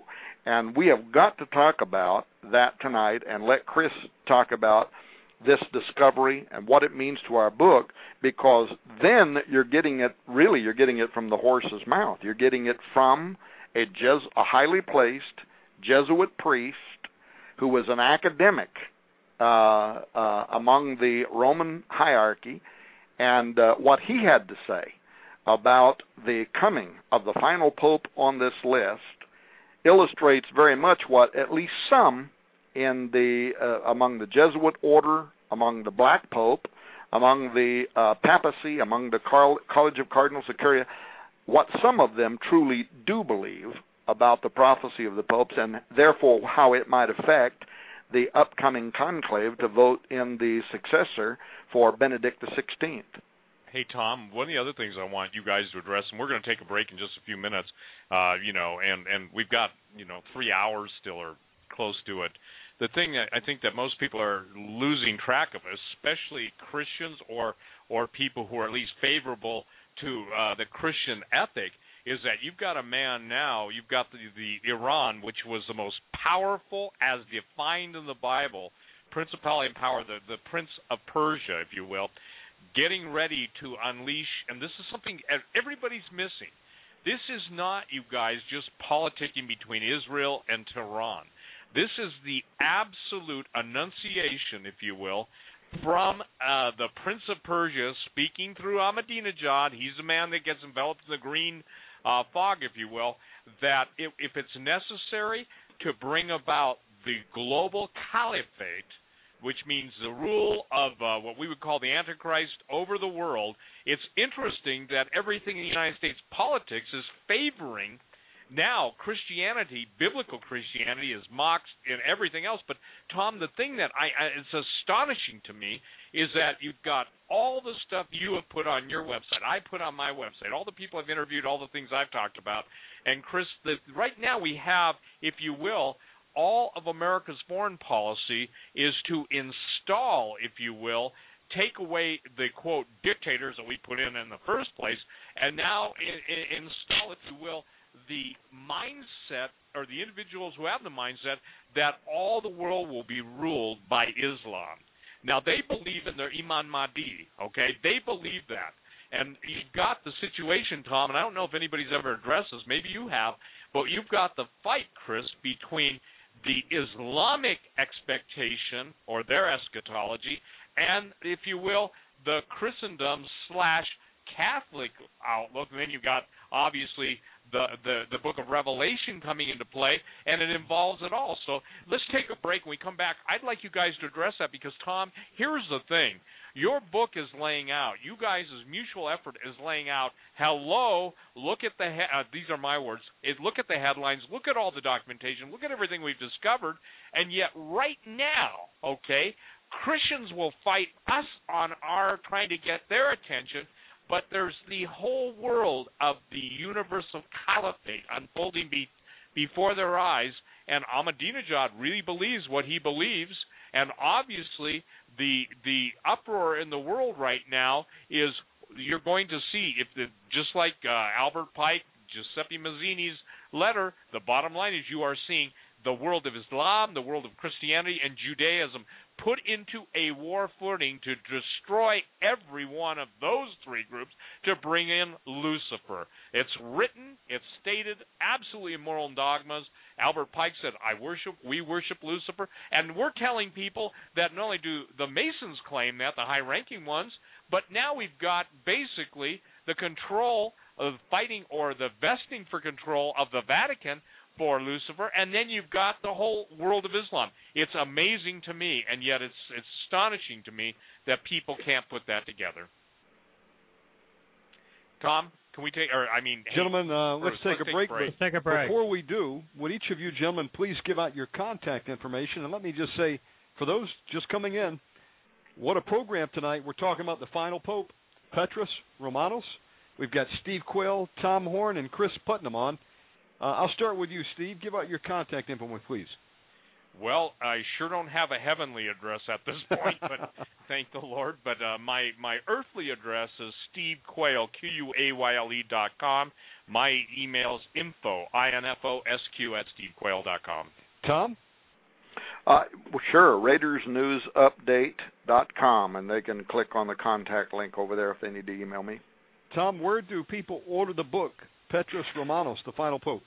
This book is not available in print yet. I have to say this, however, it's already listed in the top 100 hot new releases at Amazon.com, and it won't even be in print for at least 6 more weeks. There is an extraordinary amount of interest. I've never had a book that is getting this kind of response this early, given the fact that it's almost 2 months before it'll even be in print. And we're very happy about that because we believe that this message is very, very important. So what I would people can go to prophecyofthepopes.com, and they can watch it over there. They can follow the weekly series at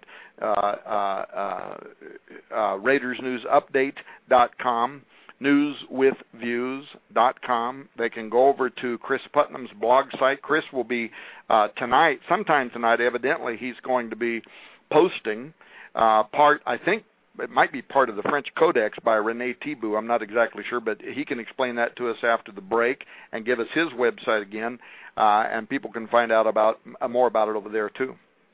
Tom, let me ask you also, will you all be releasing the book in Kindle or ebook form as well? Because of our contract with Amazon and with Prophecy in the News, and our agreement with Prophecy in the News, Southwest Radio Church, and some other ministries, the book will be in print first for the first 90 days, and then it'll be available in Kindle.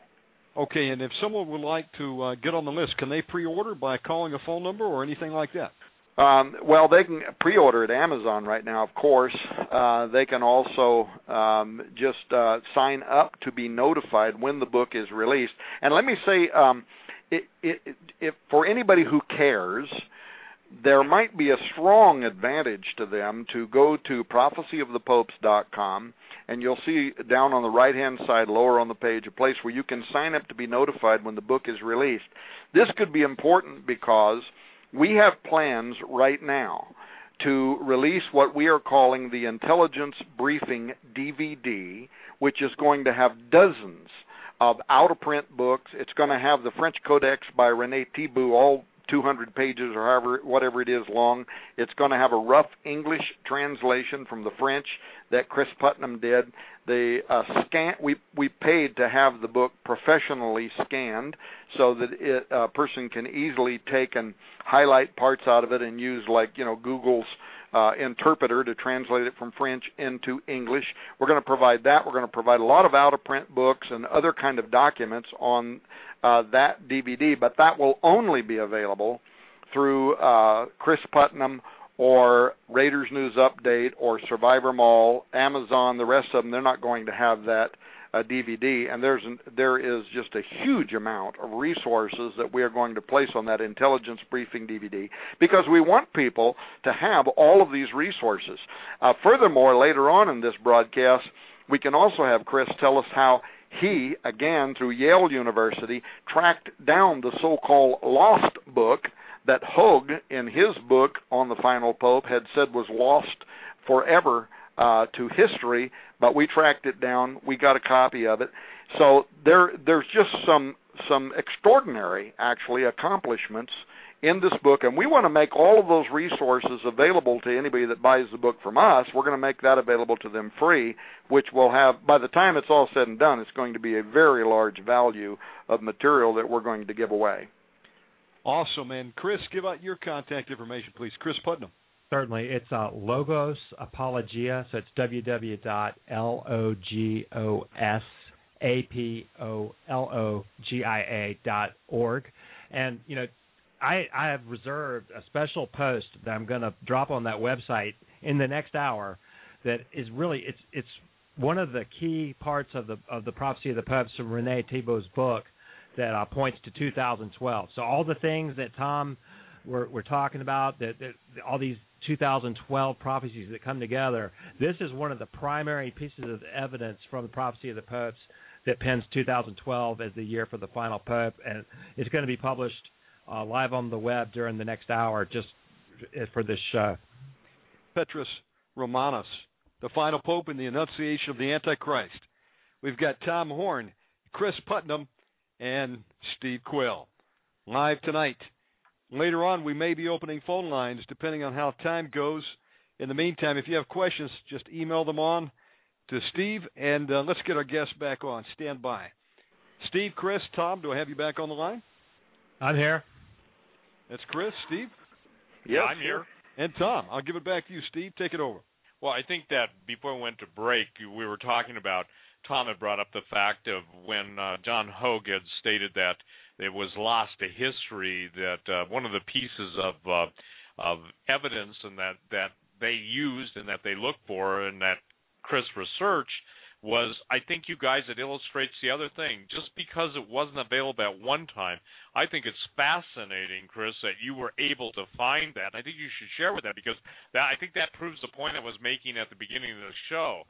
There are so many events that are sealed to a specific time, and the Lord, in His wisdom, majesty, and graciousness, reveals those specific things at the specific time as they are unfolding before your eyes. In other words, He doesn't give it to us ahead of time. I'm not talking about the book of Revelation, the book of Daniel. I'm talking about the things that Daniel was told to seal up. So I'd say this, that the fact that you, Chris, were able to find that which was supposedly lost to history shows that it wasn't meant to be found until this point. So, ladies and gentlemen, again, you're to take everything I say, everything Tom says, and everything Chris says. It's your responsibility to take it to the Lord, to pray over it. This stuff affects, let me make it easy, this stuff affects about 3 billion people who are going to die. So if you're, on this planet right now and you can pinch yourself in the butt and say, I'm alive, then the point is this probably is relevant. So, Chris, go ahead and share how you found the document that had basically been lost to history. Well, certainly, Steve. When we first started looking into the prophecy, one of the the biggest books in recent history is called The Last Pope, and it's by John Hogue. And John Hogue's a regular on Coast to Coast, and Hey, by the way, you're walking away from your mic again, Chris. I don't know. I'm right up on it. I don't know. Can you hear me?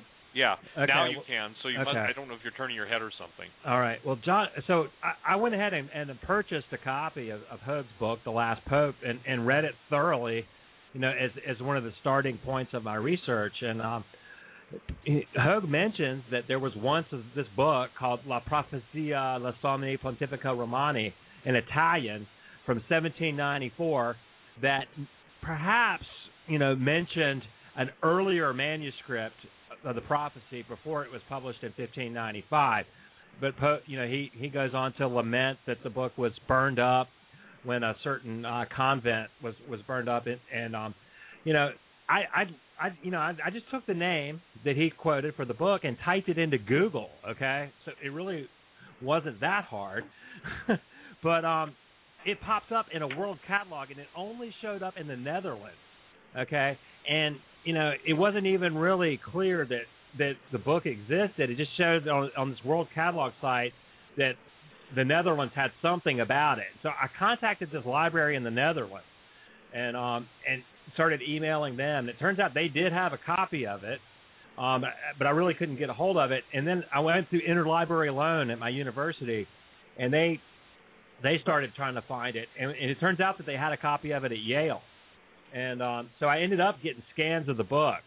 And, it contains some of the things that what Hogue was hinting at with this old manuscript. He kind of had his facts messed up. It really wasn't at a convent, but it was at a monastery that mentioned that they might have had a copy of it. Now, what does that do? Well, it shows that the prophecy is older than 1595 is one thing. And, I've done a lot of research on the origin of the prophecy and what part is real and what part has probably been altered. And, one of the most astonishing books that I found was actually not this lost book. This lost book did have some evidence pointing to this older manuscript, which is important because it helps us to establish when the authentic part of the prophecy starts.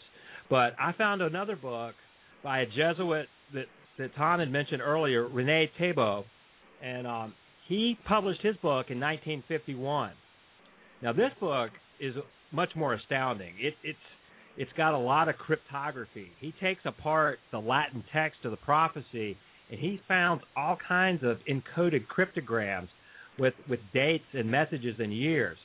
Now, there's a lot of details that I really can't get into just on this cast that you'll have to read in the book, but through a lot of investigation into the layers of context in the prophecy, we've detected that probably the original part of the prophecy started around 1570, okay, which is 20 years before most of the scholars you're going to read about. If you go read the Wikipedia page, it's going to say 1595. But there's really good reasons to believe that we have a copy of this thing around 1570, and that from 1570 until now is the original context of the prophecy. Now, what happened is what Tom alluded to before, is that it looks like some people went in and changed some of the prophecies to make them fit some of the textbooks that people had available to them in the 16th century, and probably to influence an election of a certain pope. And there's some kind of conspiracy going on there, and we can tell that they altered some of it. But they had no reason to alter the part in the future because, you're dealing with all the way up until now. You're talking about in the 16th century. So obviously they had no agenda for what happened this year. But the thing that's really amazing about René Thébault's work is that he calculated the average papal reign, okay, how long a pope has office. Now, he was writing in 1951, and Thébault died. Chris, yes? Excuse me 1 second. Hold that thought. I'm going to reset your connection. Okay. I think I can fix the problem. Stand by. Okay, stand by. We're going to pull him back in. Let me do the same thing with you, Steve, just to refresh you. Okay. Stand by. I'll call you right back. Hello? Okay, Chris, we have you back? Yeah, do I sound better now? Okay, let's see. We're going to try to fix that. Steve, do I have you back? Stand by. We're bringing Steve back on.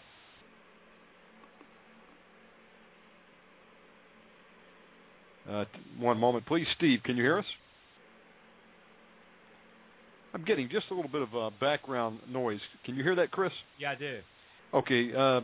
Tom, I want to turn the mic over to you just for a moment. I'm going to reset our Skype. Will you keep talking for just a moment? Sure. Okay. Sure, and I'm not, of course, I'm not the discoverer of what I think is one of the highlights in the investigation of this book, which Chris Putnam is. But this book, what people are going to learn, they're going to love this book in another way, in that this is almost like an episode of who's that guy that discovered in the movies the Ark of the Covenant and all that, because we go from the moldy corridors in forgotten libraries in Europe to the sheriff's department in Dane County, Wisconsin, and finally discovering out-of-print, extremely rare book written in French entitled The Mysterious Prophecy of the Popes that was published in 1951, where Chris was fortunate enough to track down one of the last remaining copies of this 60-plus-year-old manuscript and to work diligently to translate it into English. Tom, and what excuse me one second, please. Excuse me 1 second. Chris, Steve, do I have you back online? I'm on. Can you hear me? You're coming through a little bit loud, Chris. Move your mic back a little bit from your mouth. Okay, so I guess we have a better connection now. You're doing better. Back a little bit more. Okay. Okay, let me make sure I've got Steve back on. Forgive me, folks. Steve, we have you there? Okay, we're missing Steve, so stand by, folks. Let me dial Steve. We're doing something new, Tom and Chris. We're patching most of the guests on tonight with Skype. Okay, so hold on a moment. Tom, we still have you on? Okay, you know what? We've got a slight problem here. You know what, Chris? Am I on? Stand by. I'm going to have to patch us back through.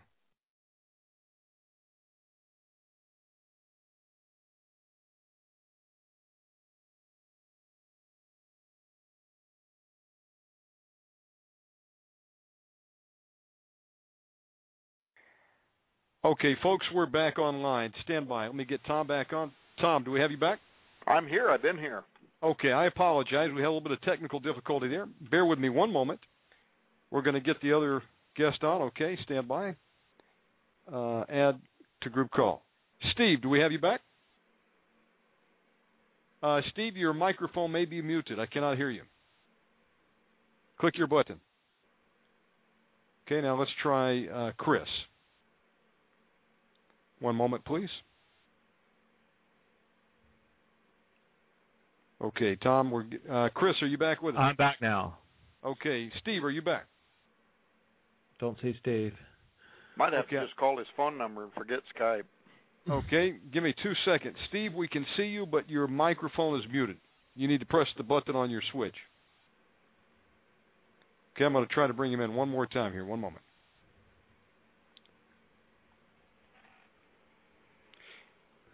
Hey, while we're waiting for Steve, I want to make sure I don't forget to ask you, gentlemen, what were the 2 coins that you mentioned earlier in the program that the Masons gave you to protect? Well, that was given to me actually 2 years ago when I went to Washington, D.C. It was set up through a governor who got me a private meeting. I took my wife with me. She was there with me. And we met with 2 of the members of the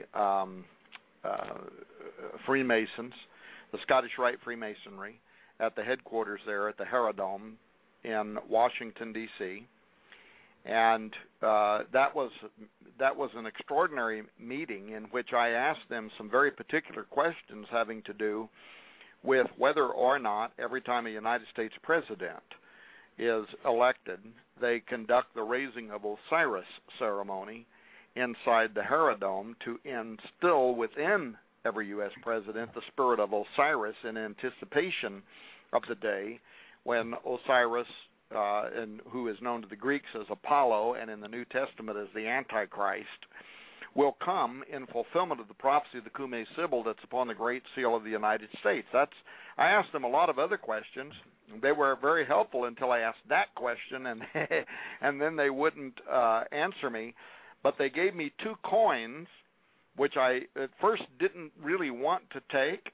But then before I left, I took the coins, and immediately I contacted an ex-Freemason who is a friend of mine. And I asked him what the 2 coins were about, and he told me something about that being really old school Freemasonry. in which they would give you these coins in order to, so that you could present them in case you were threatened, and they would accept you as being, even though you're not a Freemason, they would allow you basically to live. It was really old school Freemasonic craft. Those burnt up in the house that I own that burned down this last year. So, are we still on? I've got you and Chris on. We're going to bring Stephen, I think, by telephone. Chris, pick back up where you left off before I had to refresh your connection. Okay, so you were able to hear what I was talking about with Rene Thébault and the encrypted codes in the book. Was that correct? Yes, sir. Okay. So, yeah, picking up on that, so we have this book that I found. And all the research I did, there's a lot of books written about the prophecy of the popes that the general public is not aware of. Now, the thing is, most of these are by Catholic scholars, and most of them are European, so they're not in English, okay? There's a lot of books in Italian. There's books in French.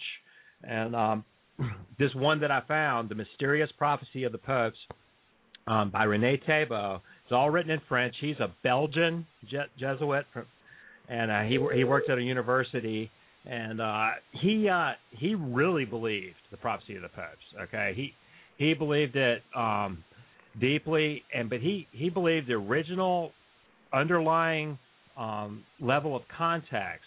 So what we think we have an ancient prophecy. Maybe it was written by Malachi, maybe it wasn't. Nobody can really know for sure about that because we just don't have any evidence going all the way back to Malachi other than kind of the legendary story. But what we do have is we have this document. Now, we can detect that there were alterations made prior to 1570. The way we can detect that is that there was a famous book by Panvinius, who was a scholar who wrote a papal history about all the popes. Now, he made some errors. He made some mistakes in his book. Now, this was like the source material for the papacy during that time, during the 16th century. Now, what we see in the Malachi prophecy is that in the prophecies up to 1590, somebody went and wrote an interpretation next to the Latin phrase. Now, they wrote who the Pope was, how it was fulfilled, and what the fulfillment was. Now, what they did, it's a dead giveaway, is that they made some of the same mistakes as Panvinius' book. Now, this kind of shows us that somebody manipulated the prophecy to make it fit that book. Now, why would they do that? They were trying to make it really obvious so that any cardinal that tried to investigate the prophecy for himself would be able to look at this source material and then look at the reference book that he would have available, which would be Panvinius' book, and he would find an exact match. So it looks like someone manipulated the text prior to 1570 to do that as an effort for propaganda, and we think that they were trying to get a certain pope elected. Okay, but after that date, then there's no reason that anyone would ever alter it because it was way into the future. So we can really believe that we have this underlying authentic text that goes from that date forward. So Rene Thébault really presents a lot of good arguments for why 1570 is the cutoff point. Now, if you go to Wikipedia or read John Hogue or any of the more modern people, they're going to say that it was 1595 because that's when we had the first copy in hand that was published by Arnold D. Wyan. But so 1570 is where we start the original text, and that's the date that I'm going with because the arguments for that are pretty strong. Now, what Thébault did is he figured out average papal reign up to his time in 1951 when he published this book, and it was 11 years. And what he did, all you have to do to prove that to yourself is you just take how many days the Pope was in office and divide it by the number of popes, and you get the average papal reign. Now, from 1570 to the last Pope, the 112th, you have a certain number, and so you have a calculation, and if you put 11 years for each one, where do you land? Well, Rene Thébault calculated it in 1951 and landed on 2012. Okay, and all the things that Tom said about 2012. You have all these weird prophecies. You have the Mayans. all the New Agers are talking about 2012. I've been skeptical about 2012 myself in the past because, it just seems like, all these pagans and New Agers and all this kind of stuff, I didn't really want to buy into it. But there's some reason why all these people are coming on the same thing. And then we get into this research, and, it's the last thing I expected. I find that Chris, while we're waiting on Steve to get back on the line. I believe we have Steve, you back with it? Okay. Yep, I'm back. Yes. Well, while we were waiting on Steve, and thank God you're back, Steve. Man, the ship needs, a captain. But we were talking about this book by René Thibault. He's a Belgian priest. His book is a meticulous analysis of the prophecy of the popes. In our book, we provide as much of his background as can be known, the fact that he was Belgian-born, when he was born, the fact that he was a Jesuit in the order in something like 1901. Later on, he was an instructor at the faculty of the University de Namur, which is founded by the Jesuit order in 1831, and so on. But this was a guy, he was an academic. He published books on theology, biblical studies in French, and several, The Meaning of Christ's Words was one he published, The Meaning of the God-Man was one. But what we look at is a book that he published. It was a codex. He was a code breaker. And he published this work just before he died. The book was published in 1951, and he died at 69 in Egenhoven, Belgium in 1952. So he died right after it was published. But what he did, and what Chris found, was that this Jesuit adopted the methodology of a Catholic mystic, as well as being a scholar and a mathematician and a code breaker. And his book makes this compelling case that the prophecy of the popes is a real prophecy regardless from what source it was inspired, demonically or divinely.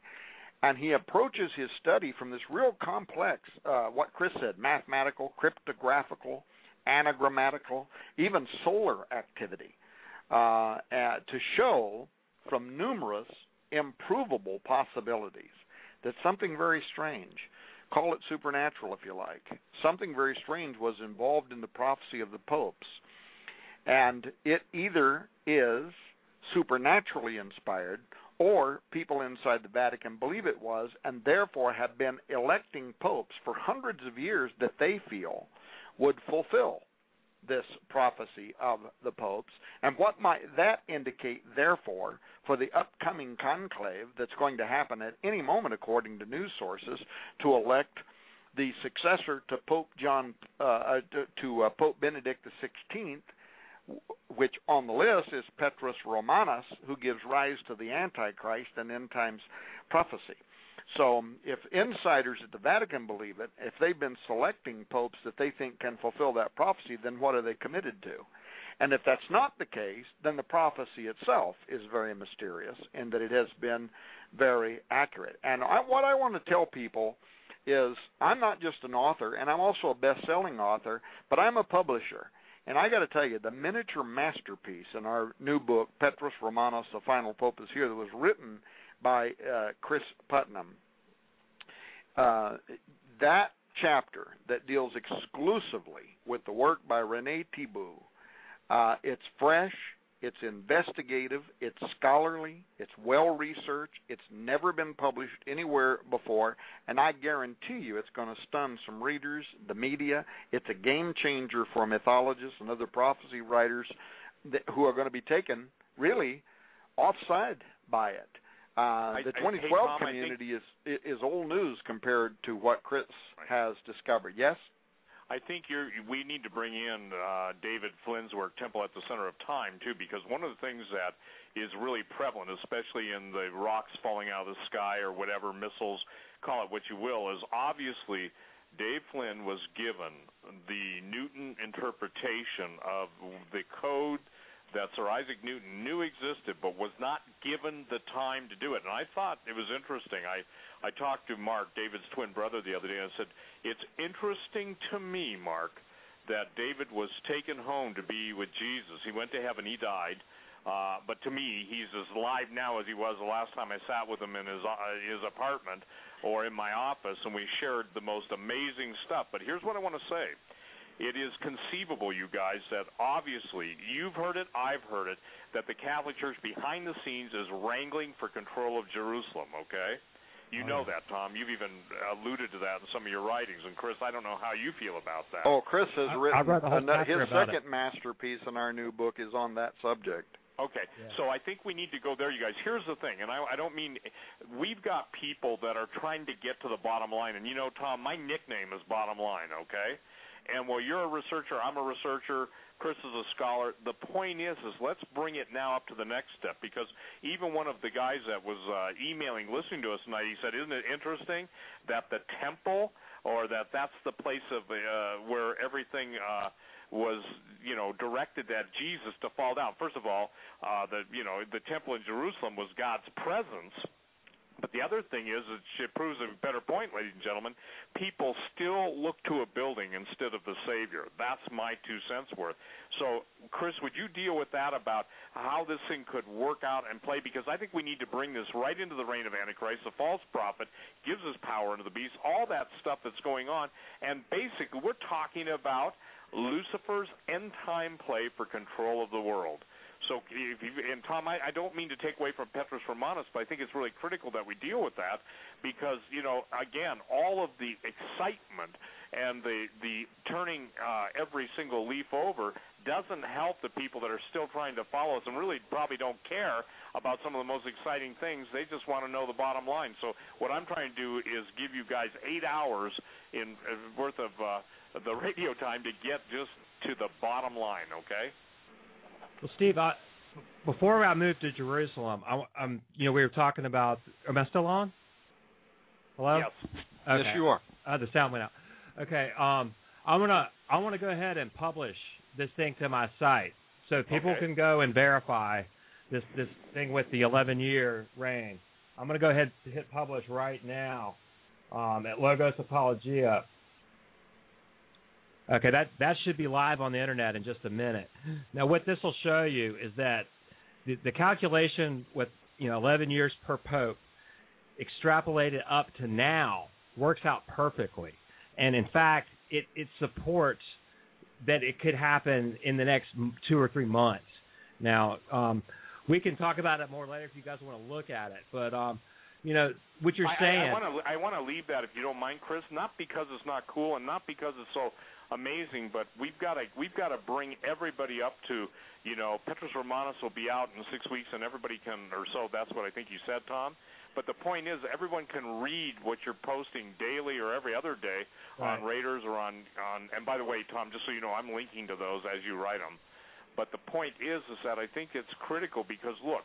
We've got the Middle East war brewing. We've got the situation with all the Catholic intrigue. And then how do you both figure? Here's a question that I want to hear from both of you. Tom, you and I did a show on the alien disclosure, okay? And I'm not trying to take away and get into UFO or take away from Petrus Romanus, but it's got to be obvious to everybody that a man in the position who's going to assume the final pope, the Black Pope's role, is more than a adept at all this stuff. Well, that's absolutely right, and I want Chris to talk about here's the thing, Steve. The work by René Thibault is directly connected to what David Flynn wrote about. It's directly connected to what's happening in the Middle East. The bottom line is all of this prophecy is bits and pieces, parts to a puzzle that provide a much bigger picture that says to the Christian community, you better wake up because you are right now entering into a period of time that has been prophesied for thousands of years to unfold. This is part of the reason why both Chris and I, at times during the work on this research, stopped dead in our tracks and almost didn't publish this work because, frankly, it was that unnerving. And I'd love to talk in a moment about David Flynn's work and plans that you and I have, but I don't want to take away from Chris answering the question about what this has to do with the Vatican's designs on Jerusalem and the next temple.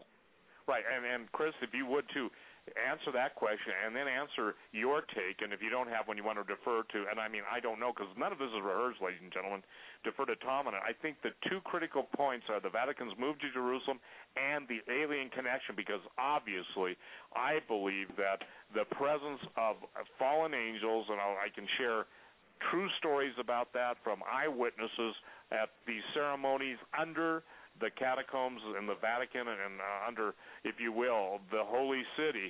It's far from being holy. The point that I'm trying to make is that we've got to bring people up to speed, and then Tom will go to the temple at the center of time, because that's critical too. So please, Chris, go ahead with the first, if you would. Well, certainly.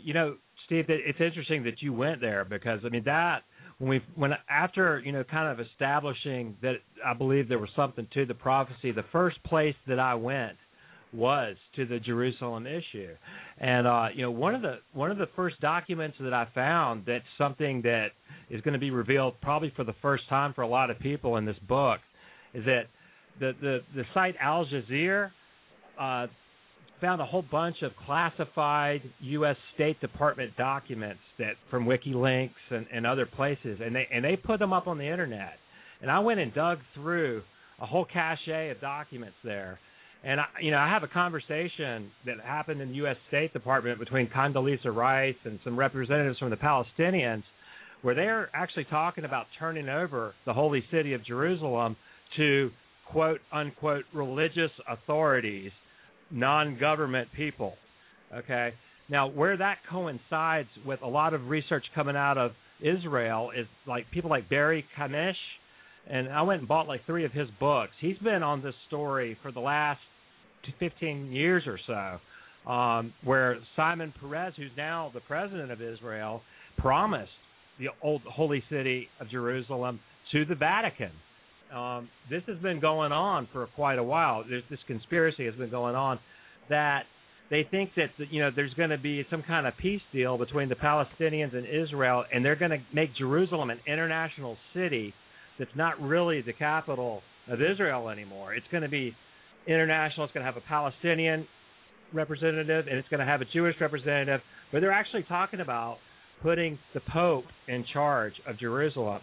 And, right as we were finishing up the research for the book, there's been a whole slew of articles coming out of Jerusalem where they're giving up the sovereignty of some of the holy sites to the Vatican right now. Just in the last couple weeks, there's a monastery that has supposedly David's grave, and also the Hall of the Last Supper is there. Now, the last articles that I read, it seems to be that they have actually given sovereignty over that landmark to the Vatican already. So it's not if it's going to happen; it's already happening now, as far as I know. And where this is going, I think it's leading to the Third Temple. Yep. I really do. And, when you start looking at the prophecies in 2 Thessalonians about the Antichrist sitting in the temple declaring himself God, I think that is speaking to a real temple in Jerusalem, and, not an allegorical temple. And I think that we're seeing the pieces of that falling into place right now. Don't you think so, Tom? Well, I think it's almost impossible to, even in a 4-hour interview, to be able to detail for all of the listeners all of the ways in which we are right now seeing a waterfall of biblical fulfillment. I don't want to be crude, but a person would have to be an idiot not to understand that we have entered into a very portentous moment in time. It's stuff that David Flynn wrote about. And Steve, because you know how I am, I launch, I start talking, and then I can't shut up. Why don't we let people know what you and I are planning to do with David Flynn's research? Why don't you go ahead, Tom, because obviously you will be the publisher of it, and go ahead. Because I think it's important that people understand that he laid the foundation that other men will build on. again, I'm so sad that the Lord took him, but I almost feel like it was a time thing too. I think that David would have probably, and I believe this is true, he was onto so much that for the time it wasn't given for us to know at that specific point. I'm talking in the last several weeks since his passing. And so go ahead and share what we're going to do, because I think it's critical that people understand this. Well, and also, Steve, you said a moment ago that the two top things you want to discuss is the Vatican's design on Jerusalem, which Chris has spent a great deal of time researching in a very scholarly way for this upcoming book. And you said, secondly, the connection between the Vatican and alienology, for want of a better word. But there is a third, and in my opinion, this is probably the most prescient. This is probably the most important issue, having to do with Petrus Romanus and who is going to be elected as the Pope to succeed Pope Benedict XVI. And that has to do with a cover-up of the Fatima visions, what Malachi Martin was trying to make the world aware of, what I think we could make the world aware of, and it's very much why we're doing this radio show. And so I'm hoping, I realize we got a couple more hours, but that last hour is for people to send in questions. So I hope we get a moment to go back and visit that issue, because it will explain a lot for people what is going on in Rome right now and why they're seeing this current backstabbing event where these various power brokers are turning on each other inside the Vatican. And it's very much germane to this discussion. Now, having said that, though, and I was hoping we would get time tonight to say something about David Flynn. Flynn was a very dear friend to me. He was a very dear friend to you. David Flynn is probably one of the most plagiarized guys in history. Absolutely. His website was ahead of everybody. The Watcher's website, the stuff he was writing out there, there's got to be several dozen books by even best-selling authors out there right now who ripped off his material and never gave him credit. It sounds like the world of Christian expression through written literature to me, Tom. Yeah. I mean, it always happens, and so we're setting the record straight, so continue. I'm sorry. Yeah. I just feel strong about And by the way, you mentioned the book that I published, Temple at the Center of Time, and that book, David was not able to do media when it first came out. I got him on Coast to Coast, and immediately afterward he went off grid, as you know, for reasons we won't explain. But for his own personal reasons, he wasn't available to do media. But that book still, that first year, became a best-selling book. And David had come to me several years ago talking about how he thought he found something, and he did. And if anybody reads Temple at the Center of Time, they'll get it. It was unprecedented. As always, it was groundbreaking. It was brand new. It was David Flynn, right? He was going to be speaking at a conference, and he was worried. I won't mention who he was speaking at a conference with, but he was worried because they wanted the information, and he was afraid that once again they were going to steal it and put it in their book and not give him credit.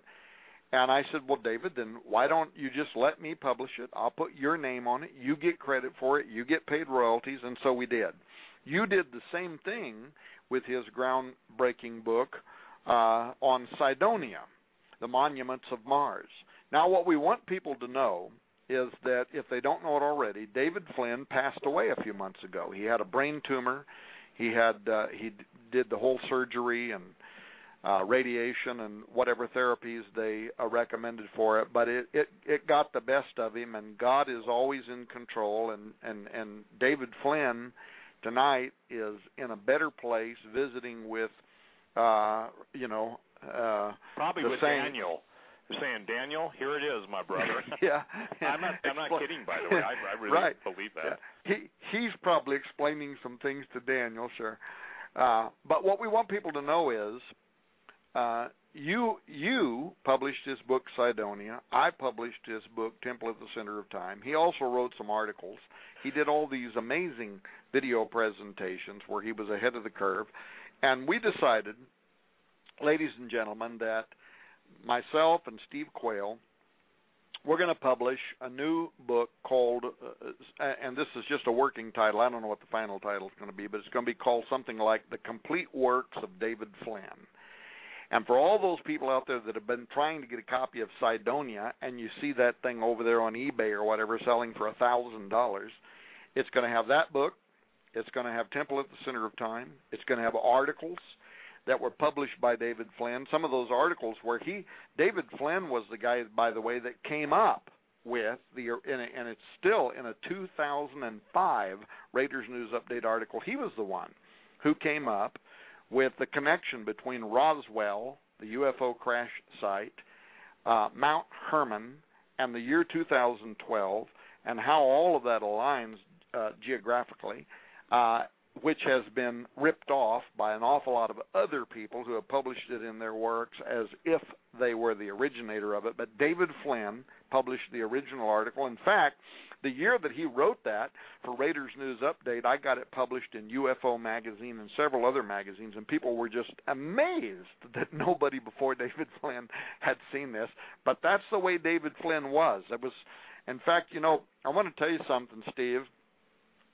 I had often said in private conversations to my wife, Nita, I said, David, he sees the world in a way that nobody else does.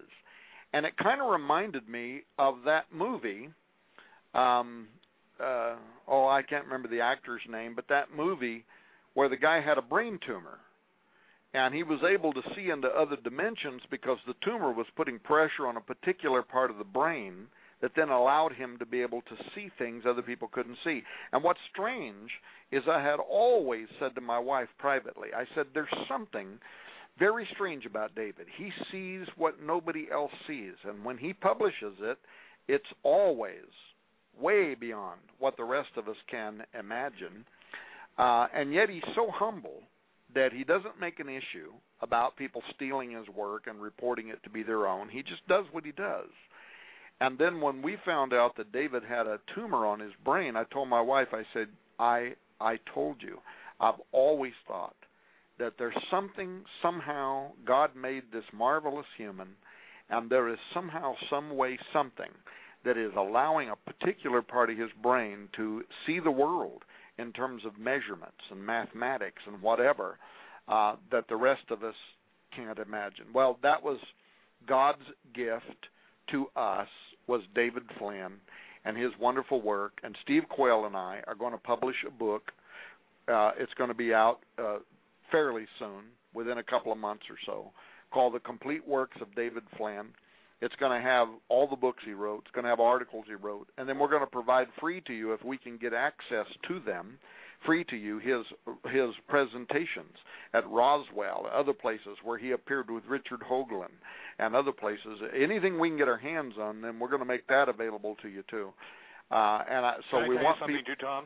I think people need to understand this. I've been on talk radio for 20 years. I've interviewed the smartest men, but I will say this, and when I say something, you've basically defined it.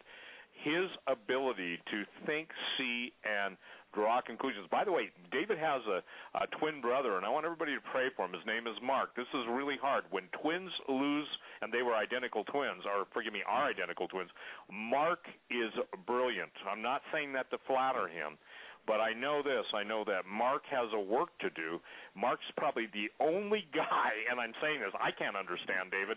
I think he would be so gracious to me and walk me through it and stuff. But I'm just telling you, we need to pray for Mark. That's David Flynn's brother, because he is going to carry on. I said, my friend, the one shoe, the right shoe, is now gone. Now you have to take up the left shoe. No, difference in the shoes, but the point is, and he knows it. So there's only one person I know, and I've met them both, and I want to say this: Mark is the co-equivalent genius of his brother. I'm just telling you, wonderful. Point blank. And Mark I think he has agreed, has he not? He's going to write an introduction to this work. Yep. Mark has been sending us pictures. I asked Mark, and you asked Mark, to give us all kinds of pictures of David Flynn. I'm hoping to even get pictures of when he was a youth. So people know this. The book will be published. It'll have Temple at the Center of Time in it. In the middle of the book, it'll have an area where there's going to be many pages of images, pictures of David with captions. It's also going to have the book Sidonia, and then it's going to have these other works that David wrote that we're going to publish and make sure he gets credit for. Absolutely. Now, people need to know this. We continue to pay royalties on this work to David's successors. Steve Quayle and I, ladies and gentlemen, are also going to make sure that a substantial portion of the sale of every book goes to supporting David Flynn's children. We're talking about other things we haven't yet worked out the details on, but we're talking about setting up a memorial fund.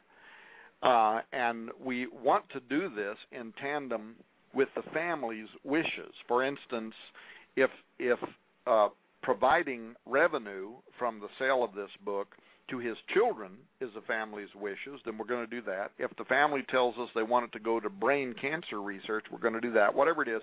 But we're going to make you aware of what we're doing and let you know that you will finally be able to get your hands on copies of his research that you've been emailing me by the thousands of people about, emailing Steve by the thousands of people about, wanting to know where in the world you can get this stuff without having to pay $1,000 for a book at eBay.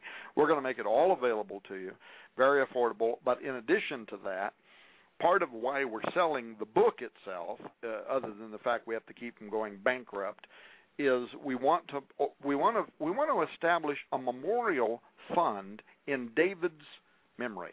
And we want revenue to be able to flow into all of the above, helping his kids, supporting brain research. And so we'll be making you, Steve Quayle at stevequayle.com, Tom Horn at RaidersNewsUpdate.com. In the weeks following, you will see advertising for this. And we're going to make you available of how you can get your hands on that research you've been asking for, but also know that when you buy those books, there's a very substantial portion of that that's going to be going to these charitable funds in David Flynn's memory. And so we think this is a very inspired idea, and we're happy to do it. Well, Tom, again, let's now go into the Vatican. How do you see the Black Pope, Petrus Romanus, final Pope? How do you see him fitting in with the alien thing? I mean, I have my take. I don't have the scholarship to back it up. It's just the, if you will, how it's been playing out. Most people don't understand. Here, and ladies and gentlemen, those of you who are Catholics, those of you who are Protestants, you want to know who the Luciferians are?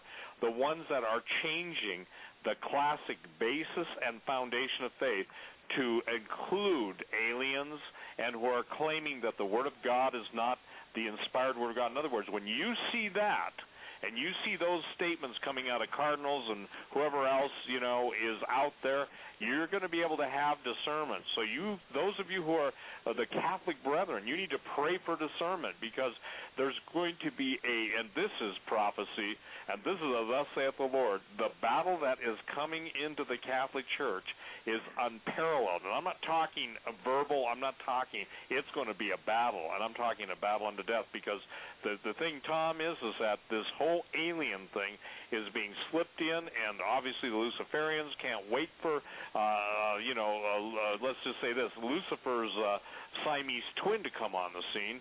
And so I think it's really important that people get this message. So please, would you cover that? It's really critical.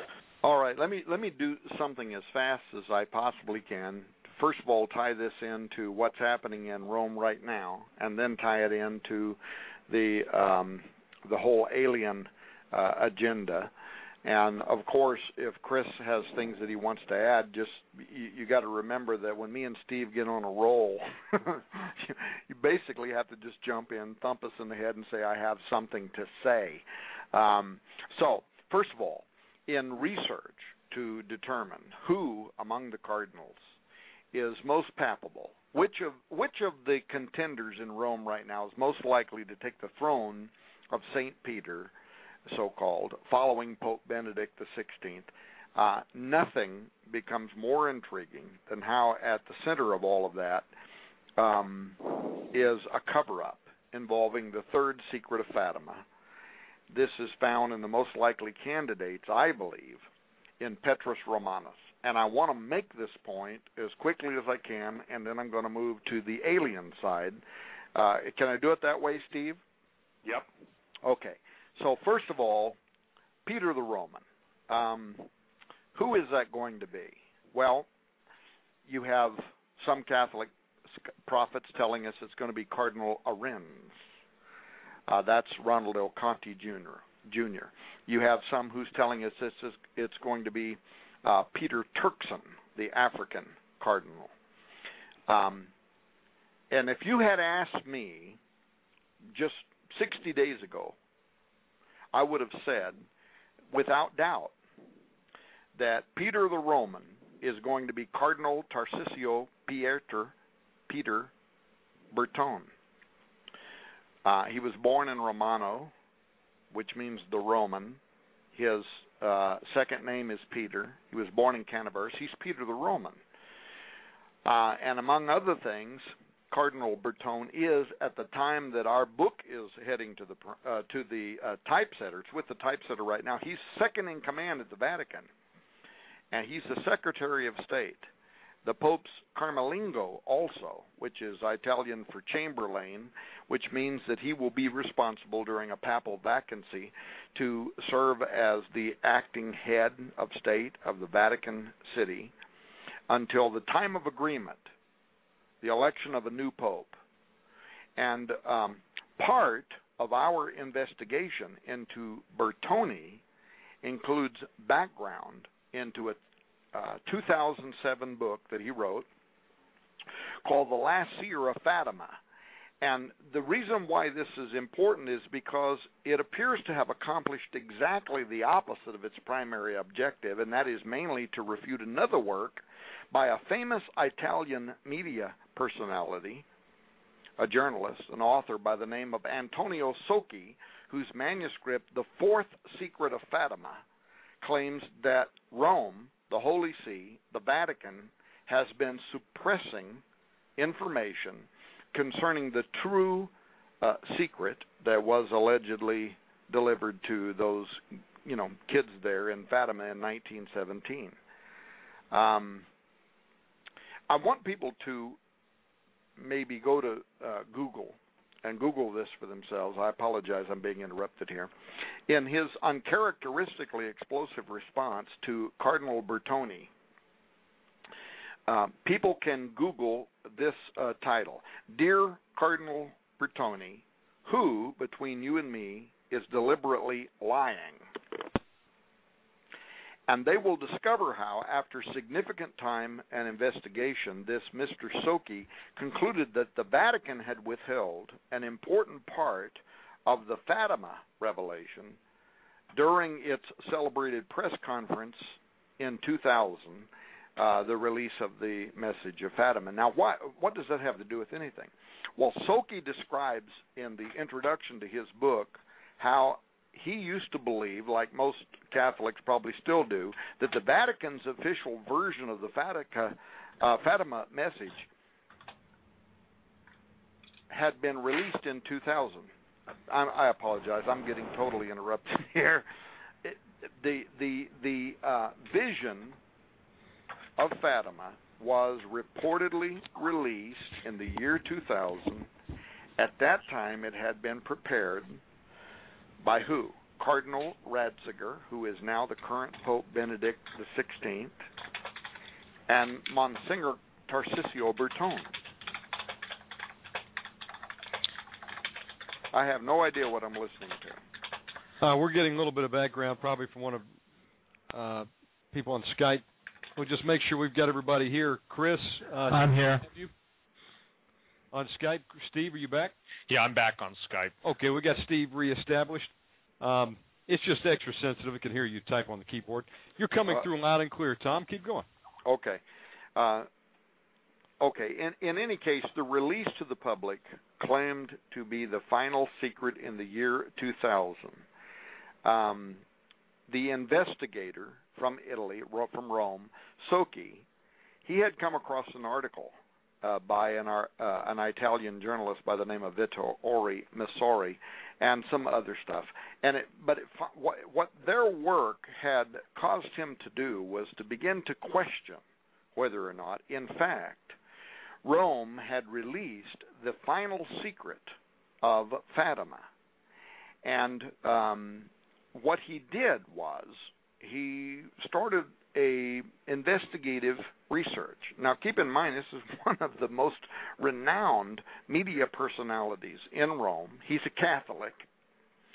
But he began a probe focusing on the biggest question of them all, and that was a portion of Lucy, the last living young person from Fatima who had received these revelations, had a portion of her document which contained the principal words of the so-called Blessed Virgin Mother concerning end-time conditions at Rome, and even perhaps the coming of Petrus Romanus. Was that being withheld from public view by the Vatican due to its potentially explosive content? And what happened was Soki's suspicions deepened after he started, requesting interviews with Cardinal Bertone, who had been an acquaintance of his in the past. In fact, Bertone had invited him to speak at various conferences before he had his position as Secretary of State. But now, all of a sudden, Bertone wouldn't answer his inquiries. And what happened was, over a period of time, bottom line is, Soki was left convinced that there are two sets of the Fatima secret. One that the public has seen, which was published in 2000, but another, which for reasons as yet at least mostly unknown, the Vatican is keeping buried. And at the beginning of that plot was a description of the third secret that was given by Cardinal Angelo Sodano, who is now the power, if you will, in Rome, whose supporters are putting out these poison pen letters to try to undergird, or try to, whatever the word is. Undermine, the position of Cardinal Bertone and his possibility of becoming Petrus Romanus. And what Sodano had done in 2000, he gave a speech during the June 2000 message of Fatima. There was a whole 2 weeks of events going on in Fatima. Pope John Paul II spoke there, but Sodano gave a speech. And if you've read the Vision of Fatima, there's a portion of it that talks about a bishop that's clothed in white. And he's walking through a city, Steve, that is almost entirely destroyed. He's climbing over the bodies of dead religious people. There's evidently been, according to this vision, a large number of people in St. Peter's Square for some reason. It sounds actually like a conclave, and he's climbing over their dead bodies. They're all dead. Bishops are dead. Religious people are all dead. And he's trying to get to a large cross. This might be the cross that's on the top of the obelisk there in the middle of St. Peter's Square, which we could also talk about what that all means. But he kneels down, and then terrorists come out and they shoot him and they kill him. That's what the prophecy of Fatima is talking about. And yet in 2000, Sodano joined other conspirators in which he gave this sermon, and he said the bishop that's clothed in white is only apparently dead when he falls to the ground under a burst of gunfire. And then he went on to preach a sermon in which he said that the assassination attempt against John Paul II was the fulfillment of that prophecy. Well, a lot of people, including, by the way, a lot of Catholics, including Catholic experts, saw that date, him, the presentation, all of it as a concerted cover-up. As of course, the published parts of the Fatima prophecy didn't bear any significance to the 1981 assassination attempt against John Paul II. It didn't match at all. The bishop clothed in white part of the Fatima prophecy talks about him dying amidst corpses, martyrs falling to the ground in a city half destroyed in a burst of gunfire. But John Paul's assassination attempt it didn't include soldiers. They weren't firing bullets. It was one guy. Nobody else was killed. It just didn't match the prophecy at all. The city wasn't half in ruins.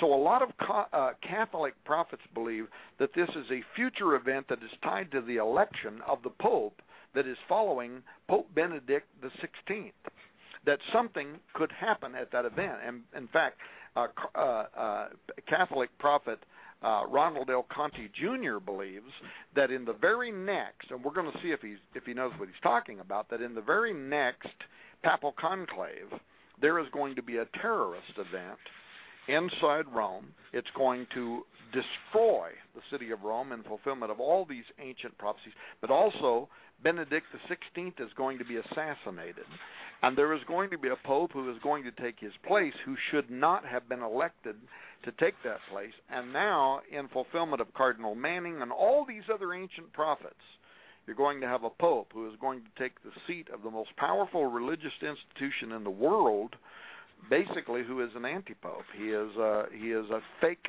pope. He is under the influence of Satan, and he is going to help give rise to the Antichrist. That is very much connected to what happened in the year 2000. Now, concerned Catholics have been contrasting the 1984 testimony of Cardinal Ratzinger, who is the current Pope Benedict XVI, because at the year 2000 event, Cardinal Ratzinger went along with this whole Sedano depiction of the Fatima prophecies being fulfilled in the assassination attempt against Pope John Paul II. But in his in earlier years, Cardinal Ratzinger had said that the Fatima prophecy spoke of end time events, spoke of a departure from the faith, spoke of a great apostasy beginning all the way from the hierarchy of Rome downward. And they're wanting to know why what he said earlier didn't correspond to what he said in the year 2000. And by the way, Cardinal Ratzinger, we verify this in our book, he gave a confession in which he said his hand was forced at the 2000 Fatima disclosure. Well, who could have forced his hand? Who could have forced his hand to say something, that wasn't true? So I don't know how much time we have. To me, what is happening, what is going to happen, is central to the discussion I'm having right now.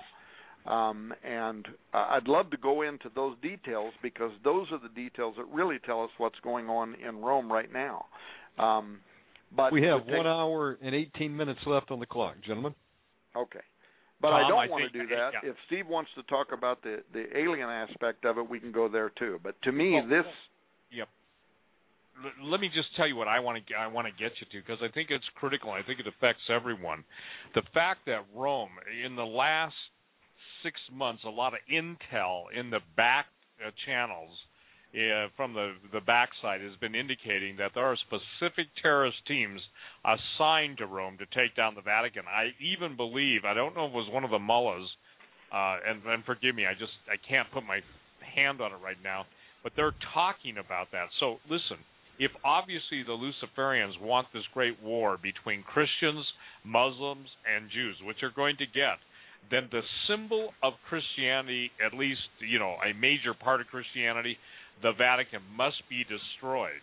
And the fact is that the plan, let me share this, you guys. I was in a very wealthy man's home. This is 1 minute to put this into perspective. I've told my radio audience this a number of years ago. This must have been 5 or 7 years ago. One of the richest men in Hollywood. How I was there, I won't explain. I was invited by somebody who was invited. He sure didn't invite me. And I saw on his desk the new temple. The temple is not what you think it is. And I asked the Lord, I said, Lord, what am I seeing here? And he said, that's the temple of the Antichrist. And it was amazing. I mean, trust me when I tell you, Rich, this guy's not in the millions, he's in the billions, and he's definitely one of the most, I would say, most powerful illuminists. Also, the person that was linked to this guy, he had a very strange affinity for young women, I mean young, and spying on them and sexually exploiting them. That's another story. But what I'm saying to you is this, is the plans are already in place. This is all orchestrated. It's going by the book of Revelation, the book of Daniel. It's going as the prophet said it would go. And so, Tom, I think it's critical that obviously the Luciferians are working overtime, and we can't even go there. I wish we could do 24 hours. The bottom line is the stargates are opening. Even the clouds, the National Oceanographic Administration saying something's happening. The clouds, the normal clouds that used to be at a specific height, are lowering and they're dissipating. That's true. Whatever God made is being taken away. The chemtrails are terraforming the earth, but that's another story.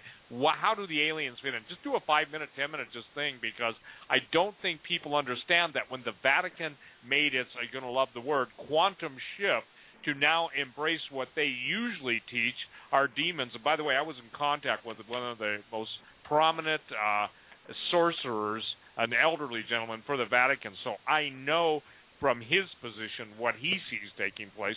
But so this is a quantum change. Chris dealt with Jerusalem being a critical part of the move, but also how do the aliens fit in? And I'm not trying to take away from Petrus Romanus, but my guess is that they're kissing cousins, okay? Okay, well, I'll go there then. I just want people to know that when they read the book Petrus Romanus, it's not going to be about aliens. No, I understand that. I understand that, and I'm not trying to take away from it. When we go to the questions, we'll go specifically to that. But I think, look, we only got 15 minutes before we go to the questions, okay? And okay. I'm getting emails asking me to ask you that, because there are people that have listened to you, are now being, introduced to Chris, but have listened to me, and they're saying, okay, I'm starting to get it now. So if you just want to take 5 minutes, that's all I'm asking. All right, I'll do that. Yeah. Okay, and so let me just jump really far forward and just say this. The rabbit hole goes very deep, right? Yep. And I will do published work on this probably this year, in which I'm going to show the world interdisciplinary works from the Vatican, in which they are explaining how mankind could soon be evangelized, that's their word, during contact with spiritual aliens. I know that sounds extraordinary. If people want to email me, I'm glad to send them the actual publications from some of the highest placed astronomers inside the Vatican, in which they are talking about us soon being greeted by extraterrestrial civilizations, and how we will need to respect those intelligences who are going to have, according to these documents from the Vatican, they're going to have, let's say, a higher level of understanding of God. And the reason is because they're not fallen, according to this theology. We're fallen. They're not. They're closer to God than we are. And therefore, they're going to have a non-terrestrial intelligence that offers better understanding of the relationship between God and the whole of creation. And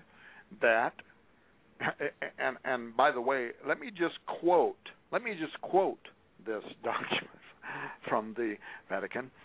This quote, this would not immediately oblige the Christian to renounce his own faith in God simply on the basis of the reception of new, unexpected information of a religious character from extraterrestrial civilizations, but such a renunciation could come soon after as the new religious content originating from outside the earth is confirmed as reasonable and credible. Once the trustworthiness of the information has been verified, let me stop for a moment in this quote and ask if anybody can explain to me how it could be verified. How would you verify an extraterrestrial message? This really kind of sets me aside. Anyway, the believer would have to reconcile such new information with the truth that he or she already knows and believes on the basis of the revelation of the one and triune God, conducting a re-reading of the gospel inclusive of the new data, end quote. So how this information is going to be confirmed as reliable is beyond me. How this more complete ET gospel is going to de-emphasize or significantly modify our understanding of salvation through Jesus Christ, this is something that's also beyond me. But you have Vatican observatory directors from Christopher Quayle, for instance, in his article, What If There Were Other Inhabited Worlds, concluding that Jesus simply might not remain the only word of salvation. That's his words. Quote, I would try to explore the alien by letting it be what it is without rushing for a classification category, not even presuming two genders, Quayle said. And then he drops this bombshell, quote, while Christ is the first and last word, the Alpha and Omega spoken to humanity, he is not necessarily the only word spoken to the universe. For the word spoken to us does not seem to exclude an equivalent word spoken to aliens. They too could have had their Logos event, whatever that event might have been. It does not have to be a repeated death and resurrection. If we allow God more imagination than some religious thinkers, i.e., by the way, let me insert here, Steve Quayle, Tom Horn, Chris Putnam, et al., some religious thinkers seem to have, for God as omnipotent is not restricted to one form of language, the human, end quote. So what we have are very high-ranking spokespersons for the Vatican who, in recent years, including 2011, and we'll see what they say in 2012, are offering language acknowledging, first of all, the likelihood of extraterrestrial intelligence, and secondly, a dramatic role that ET's introduction to human civilization is going to play in regard to altering established creeds about anthropology, philosophy, religion, redemption, but specifically a rereading of the gospel of Jesus Christ. And by the way, this could be consequential to the very near future. So is that kind of what you wanted me to say, Steve? Absolutely. And Chris, I think this is critical too, because from your perspective of writing, co-authoring and doing all your investigation, I'd like you to address that too, if you wouldn't mind, in 5 minutes. It won't hurt us to take an extra 5 minutes. And again, you guys, I'm not trying to assign, but we've just been on almost for 3 hours, and where'd the time go? That's what they all say about Omega Man Radio. Yep. So, Steve, were you asking me about my opinion on the alien question? I'm asking you about the change in the theology of basically the Catholic hierarchy and in relationship to the alien. Basically, what they're undermining, if the basic Bible is there's no name given under heaven at which a man can be saved. So I want your take on that, because again, you are a man who gets in and delves into things.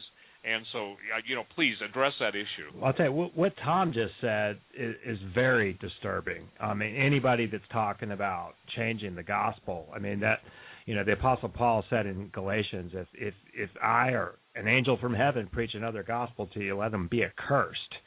So, I mean, biblically, there's absolutely no way we should accept anything like what he was just talking about.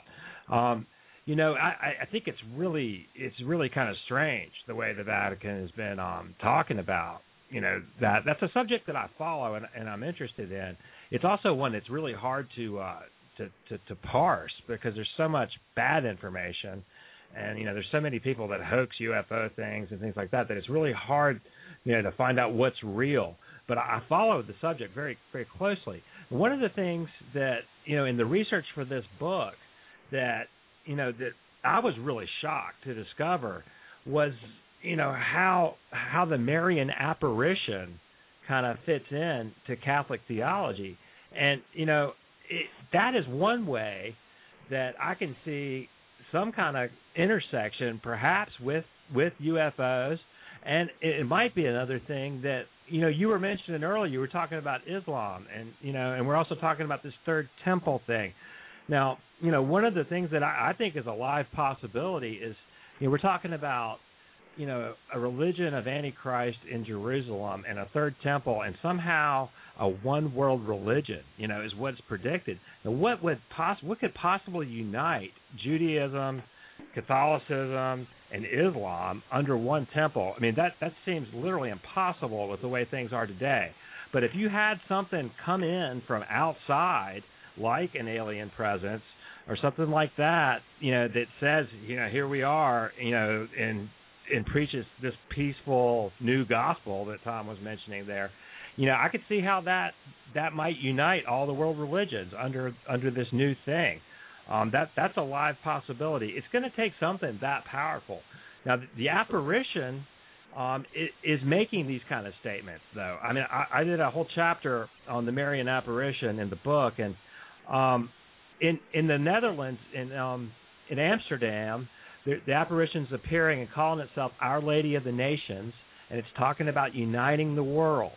Okay, and we look at the prophecies in the book of Revelation, and we see that, Revelation 17 is talking about this one world religion all coming together. And, what could do that? It's interesting that the Muslims also venerate Mary. Okay, and, that seems to be an intersection between these two, classically opposing faiths that could actually bring them together. Now, I don't know how that's going to play out, but it could actually intersect with this thing that Tom's talking about, with the Vatican hinting at alien presences. Now, it's going to take something external and something really huge to get the world's attention to unite everybody under one leadership and one faith. And, I think that is something that we can't exclude, because it seems like, possibly that is the strong delusion that the Apostle Paul talked about in 2 Thessalonians chapter 2. I agree with you on that. Absolutely. Hey, Chris, one thing you might factor in, too, I think is fascinating. Fatima, the visions of Fatima, which is obviously a city in Portugal, but what is Muhammad's daughter's name? Yeah. Right. So I made this statement, you guys, and of course, obviously my fans didn't appreciate it 15 years ago, but I said I can literally see how that's going to merge together, because, look, you've got the whole concept. You've got the Islamic, and boy, I wish some of these generals in our Pentagon would get their acts together, because they don't understand the theology, the ideology of Ahmadinejad, when he believes that if it's not, his exact words were, if 50 million Iranians have to be martyred to bring on the Imam Mahdi, then so be it. Well, now you've got everybody working together, so I think it's fascinating, okay? Just that I don't believe there are any coincidences. And remember, you quoted Galatians a minute ago, and what's neat, Chris, about that, that's the only time I see Paul saying something twice.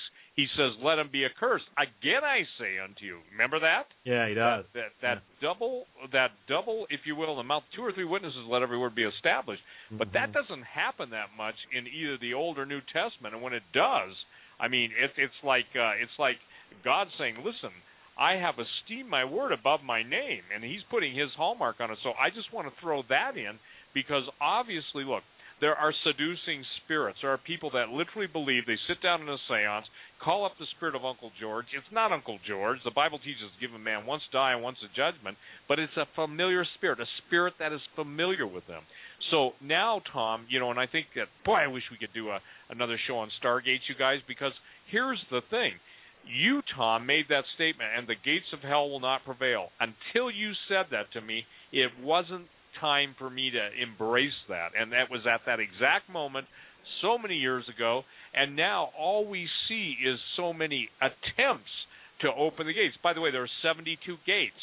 There are 72 stargates. There are 72 goetic demon gates. There are 72 ionospheric heaters like HARP. We're seeing all the 72, and for the record, there are 72 fusion centers in the United States, okay? The combination of all the intelligence gathering and law enforcement, 72. That number is throughout. So I think, Chris, the point that you're bringing up is absolutely critical for the people listening tonight. And look, every time I do a talk radio program, and bless you both for coming on, and we'll take the questions or whatever in a few minutes, but I know this. I know. What can I say to the people? And this is how I get to the bottom line, you guys. It may sound not the right way to say it, but if I could say to the people of God, and I knew that today was my last night, what would I tell them? That's what I try and bring into a conversation like this. And, Tom, that's why I took you to the bottom line, okay? Sometimes as researchers, I mean, Gentlemen, excuse me 1 second, please. Folks, we're going into the 4th hour. To hear it, you want to go right now to OmegaManRadio.com, where we're going to continue to stream. If you want to call in, you need to call on the switchboard now. That's 917-889-2745. Continue on, Steve. Well, I think it's critical that if this is the last thing, we have to bring people to the lateness of the hour. I think we've lived in the indefinite prophetic long, and now we're in it's happening now. So, Tom, it's not, listen, if the guy croaks, forgive me, Ratzinger gets knocked off, murdered, assassinated, I mean, this thing can come so quick, and I think that we don't set time, but we can look at the events, and the fact that you guys wrote the book at this time, and all the headlines are basically, you were ahead of the headlines, that has to tell me that the time clock is punched, and we're on accelerated events being fulfilled right before our eyes. Hey, Bruce, let's take a break now, and then that'll be our last break before the end of the show. Okay, gentlemen, we're going to take about a 5-minute break, and we're going to be back, and we're streaming still live, folks, at OmegaManRadio.com. And if you're just tuning in, well, this program will be in the archives at the conclusion of tonight's program, and you can catch all 4 hours there. But without further ado, we're going to take just a quick break and come back with more. Stand by. And Steve, Chris, and Tom Horn, do we have you back on the lines? Yep. Yes. All right. Gentlemen, I'll turn it back over to you, Steve.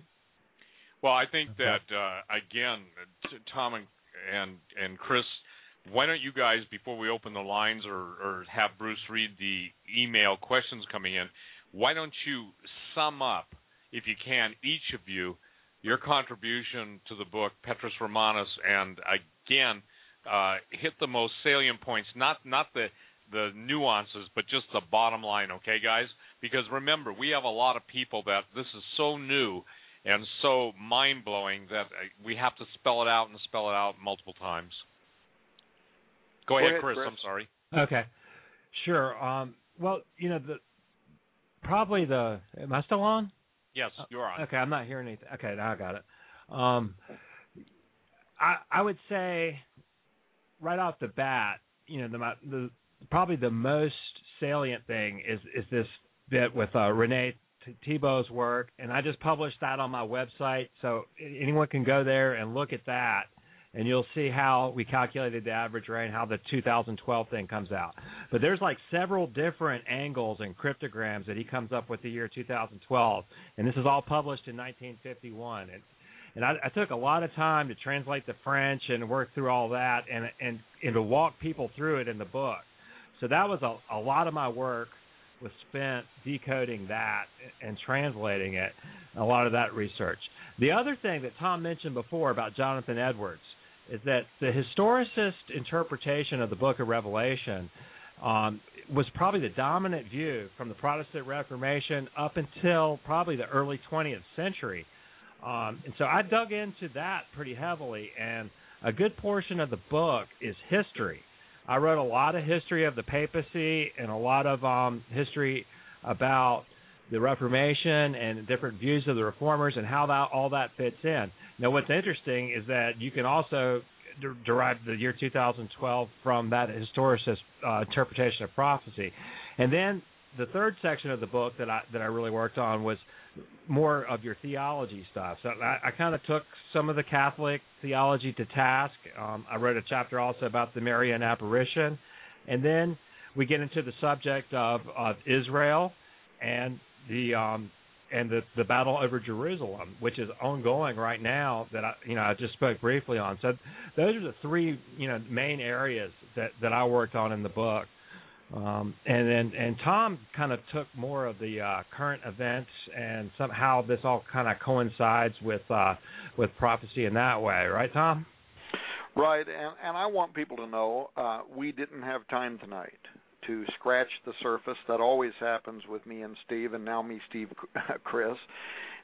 We really didn't. We didn't discuss the biggest issues. There are reasons behind what's happening in Rome right now. There are reasons why Lucy, the last living seer of Fatima, was the last decades of her life trapped inside literally a sinister ring of Romanita, what they call Omerta Siciliani, a mafia code of silence imposed by Rome.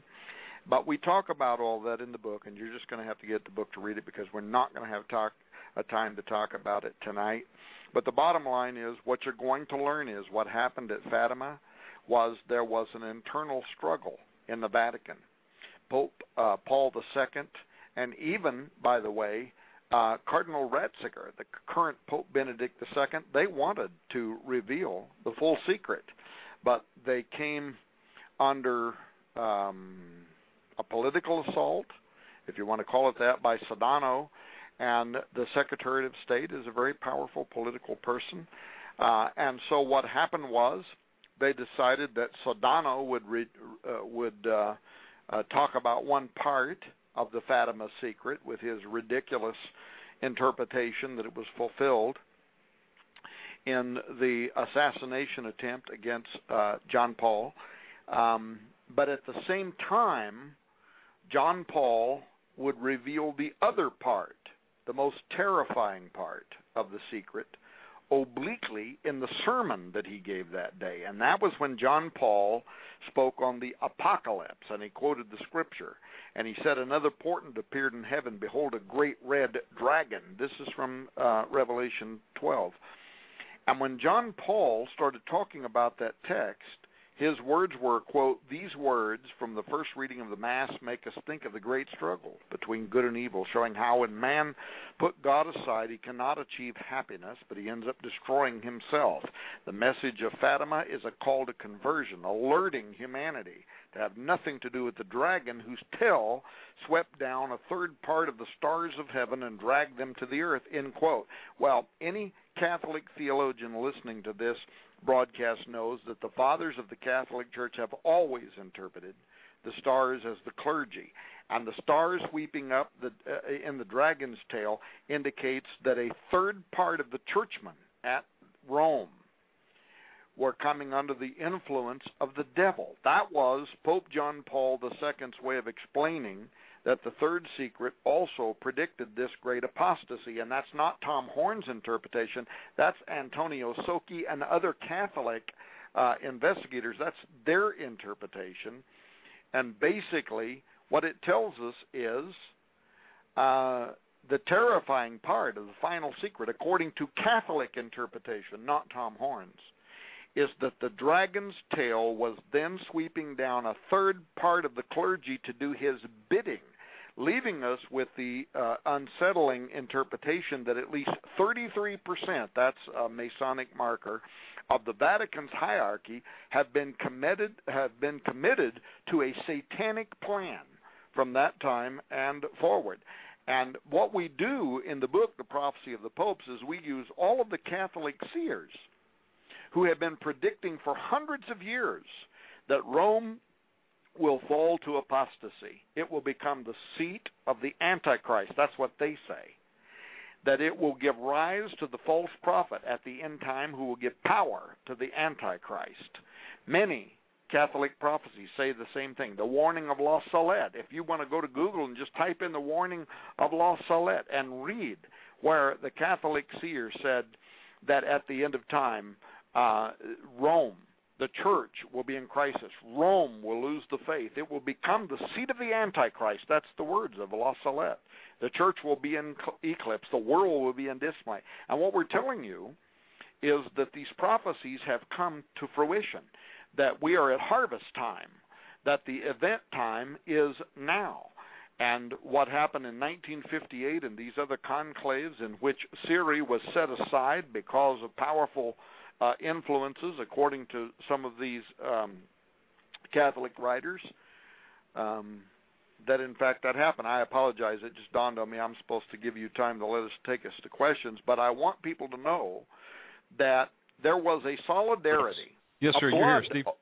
A blood commitment that was formed, according to Malachi Martin and other numerous, a dozen or so Catholic writers.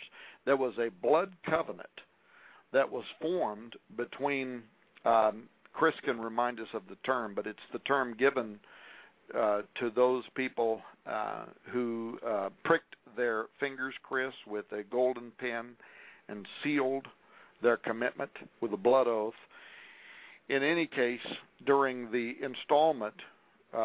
installation of Lucifer as the prince over Rome, and that solidarity between Pope Benedict and Cardinal Bertone that goes all the way back to the Fatima cover-up in the year 2000, that's been following forward from the Message of Fatima controversy forward. After being elected Pope in 2005, he took his place as the successor of Pope John Paul II. The leader of the Roman Catholic Church, Ratzinger, became Pope Benedict II. But what did he do? He quickly appointed his co-author for the Fatima secret, Cardinal Bertone, to replace the other co-conspirator, Angelo Sodano, as the Cardinal Secretary of State. On April 4th, he also appointed Bertone as his Carmelingo to administrate the duty of the Pope in the case of a vacancy of the papacy. And from that day and forward, there has been a concerted effort, including, by the way, this last Saturday. So how many days ago was that? 4 days ago? June 18th, there was a consistory in which there was officially installed 22 new cardinals. But note that most of them were Europeans, primarily Italians, already holding key Vatican stations, and by elevating those advisors to the Sacred College of Cardinals, Pope Benedict certified that Europeans are now going to number over half of all cardinal electorals, 67 out of 125. Nearly a quarter of all voters in the next conclave are going to be Italian. And all of this, by the way, other news agencies besides ours, recognizing that Bertone was behind Benedict, and what he has on him we don't know, but he's the source that's putting this large number of Italian appointments down to the influence of those who are going to vote for, he's hoping, him in the next conclave. I apologize. I can't quit coughing, so somebody else talk. Well, I think we should go right now. Let's do this. And direct, God bless you, Tom.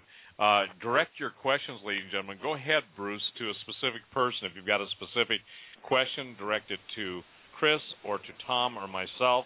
And, Bruce, you're the one that controls the board, so do we have any questions? We have the switchboard lit up with callers who would like to speak, and we can take the calls, but folks, let me just put you on notice. Keep your questions short, and if anyone is rude, I will give you the boot. I want to ask you, gentlemen, my question of my own, though. This may be the million-dollar question. Where does Rick Warren and the Brokeback Mountain Church fit into this? Because he wants to unite Muslims with the Christians, doesn't he? Could he be an agent of the Pope as well with his vision of Chrislam? Well, first of all, you can't take the Apostle Paul says, you can't partake of the cup of the Lord and a cup of devils, okay? And so the idea of his ecumenism, there's only one way to have true spiritual unity, and that's through the Holy Spirit. Amen. So I would say this. I would say the very title of his book indicates who's controlling that movement. The Good Shepherd leads his flock. The Good Shepherd leads us beside still water. Only a butcher drives. So when I see the purpose-driven church, if purpose is what drives the church, then an evil purpose will have evil fruit. If the Spirit of God leads, he's the one that leads us, not only into eternal life, but into the perfect peace that only Jesus can give. So to answer your question, the spirit of ecumenism is the spirit of Antichrist. Any spirit, let me clear this out, including statements from politicians and including the head guy. The bottom line is you cannot claim to be a Christian and deny the divinity and the uniqueness of the Lord Jesus Christ.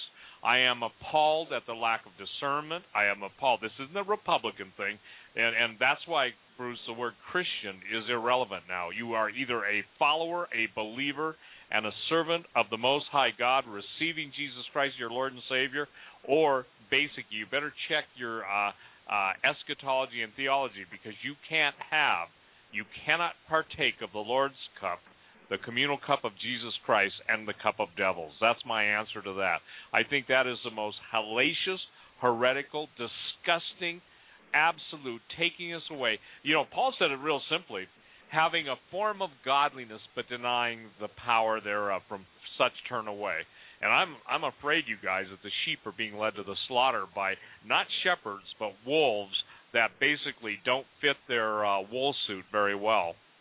Well, I see it kind of as a three-prong approach. You got the Imam coming out of the well for the Muslim world. You got the Pope with his grandiose, visions of running the one world church, and then you've got his American counterpart, Rick Warren, who's an admitted member of the CFR, which wants to help facilitate it. And so, I mean, we're in a terrible time here. With that, let's go to the phone lines. Let's take our first call. Let's go to area code 319.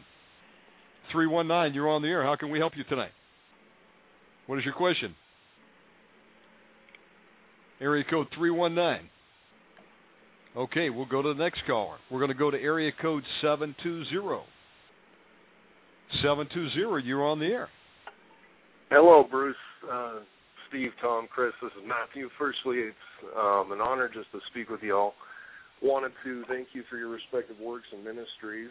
And my question is regarding the implementation of the final Pope and the Luciferian adept within the Vatican, and where does the Black Pope, Peter Hans Klovenbach, fit into this, and the Jesuit occult orders within the Roman Catholic Church and the Vatican. I'll take my call off air.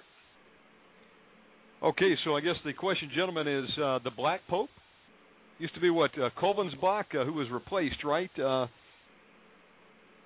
What's his part in all this? Some say that the Black Pope, which I guess is the head of the Jesuits, right? Right. Is the mafia behind the Catholic Church? What's your take on that?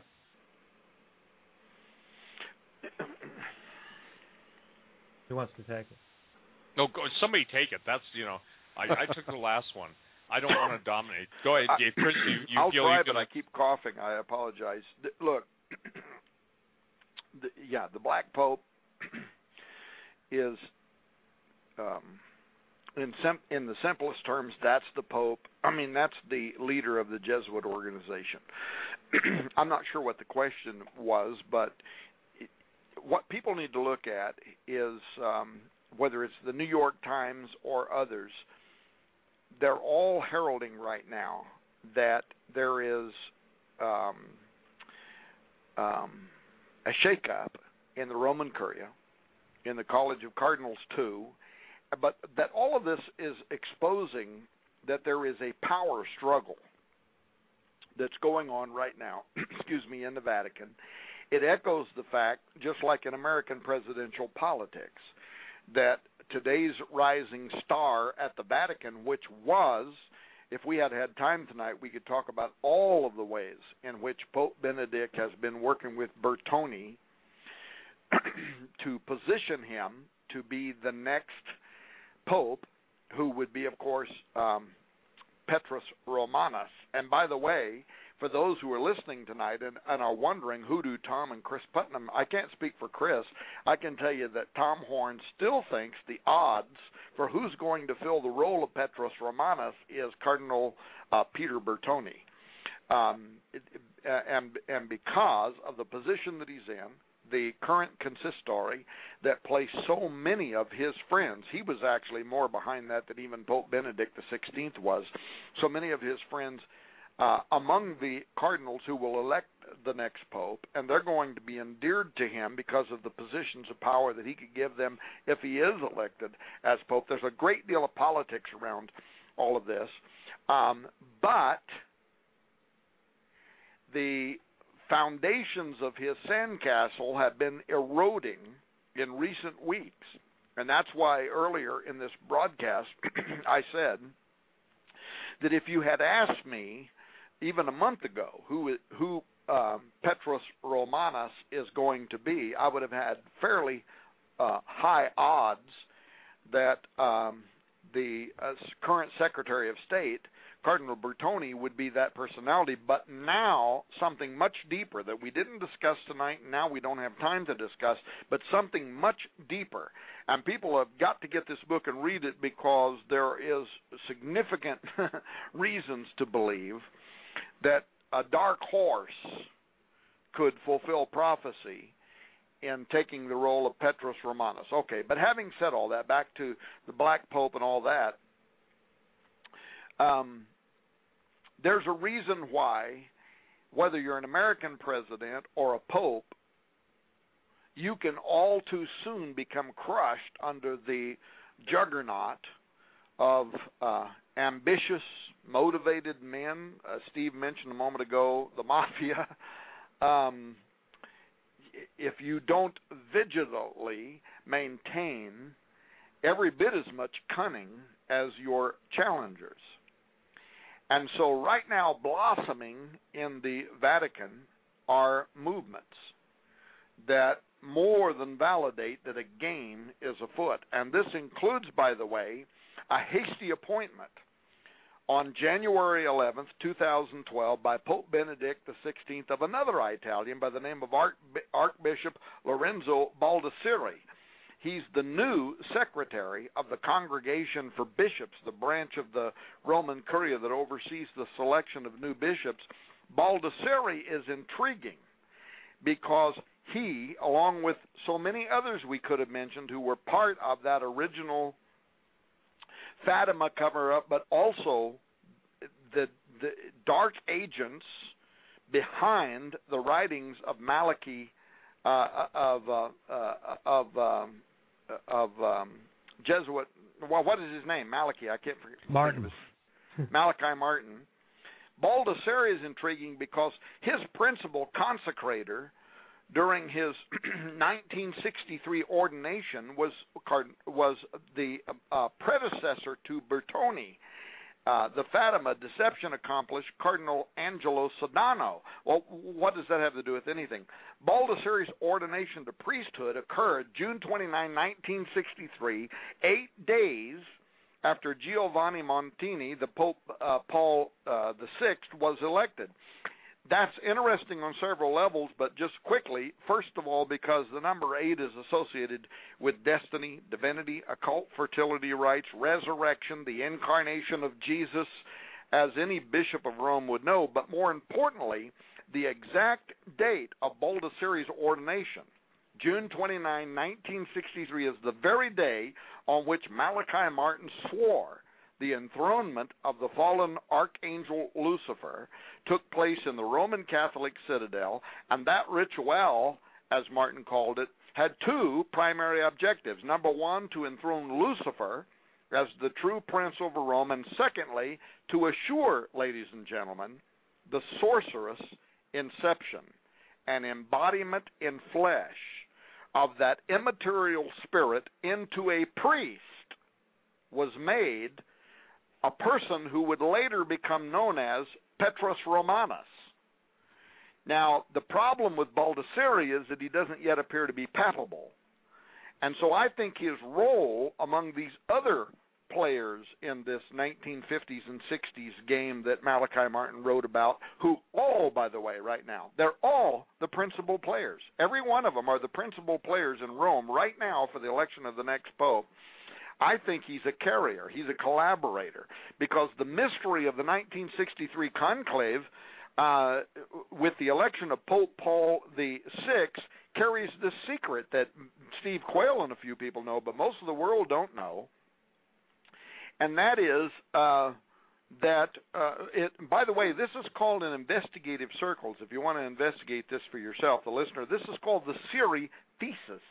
It involves evidence that Cardinal Giuseppe Siri of Genoa, he was actually received the majority vote in both the 1958 and 63 conclaves, but under very mysterious pressure, what Malachi Martin swore was from Masonic influences. He refused the papal office. And by the way, when he was asked 20 years later if in both of those conclaves he had in fact been elected as pontiff, here's what Siri said, quote, "I am bound by the secret. The secret is horrible. I have books to write about the different conclaves. Very serious things have taken place, but I can say nothing," end quote. But ladies and gentlemen, Malachi Martin wasn't so silent. He claimed to be an eyewitness of the 63 conclave, and in his book, The Keys of This Blood, he said Siri was in fact elected pope in both 58 and 63, but that his election was set aside because of interference by an emissary of an internationally based organization, the Freemasons. And in our book, Petrus Romanus, The Final Pope Is Here, we talk about this. We document exactly what happened, and it is attributed to St. Malachi, the prophecy of the popes, in which we would be remiss not to point out how in 1958 the inevitability of Syria's election was believed so strongly that in Italy they connected it to the prophecy of the popes. They connected it to the prophecy of St. Malachi. In fact, they described Pius's successor as shepherd and sailor. That's number 107 in the prophecy of the popes, pastor et nata, and that was attributed to Syria, the maritime city that was connected to his lifelong home. So what I'm saying is there is a conspiracy here that is much deeper than the average individual is aware of, but all of it, all of the players, they're all back now. All of them are back now. Here's another question. If the Petrus Romanos is the final pope and he's among us right now, that means the Antichrist has to be walking the globe too. Any takers on who the Antichrist might be? Well, let me tell you something, and then I'll shut up so other people can talk. There's something very strange that's going on, and this is why Chris and I drew back. I'm actually happy that we didn't publish this book 90 days ago, because I would have told you that no way, no how that Bertoni was not going to be Petrus Romanos. But now there's something else entirely going on. There's a struggle internally, and this is mafia politics at the deepest level. You're seeing just sparks of it in the news right now, but it's also very connected to the United States. And Steve and I have done long shows on this in the past, and the layout of Washington, D.C., the coming of Apollo. If we had time tonight, and we don't, we could talk about the obelisk at Rome and its connection and the blasphemy connected to that.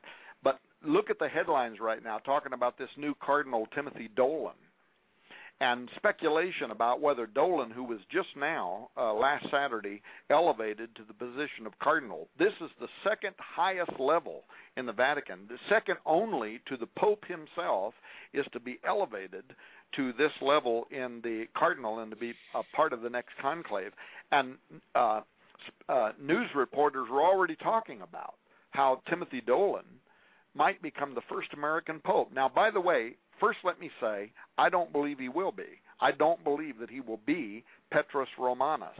But imagine the last sole surviving superpower on earth having the president, who could be, I'm not saying he will be, but could be, the Antichrist, having from the United States the next pope, who is the most powerful religious figure on earth, and all of this emanating from the United States, in which is also seated the United Nations.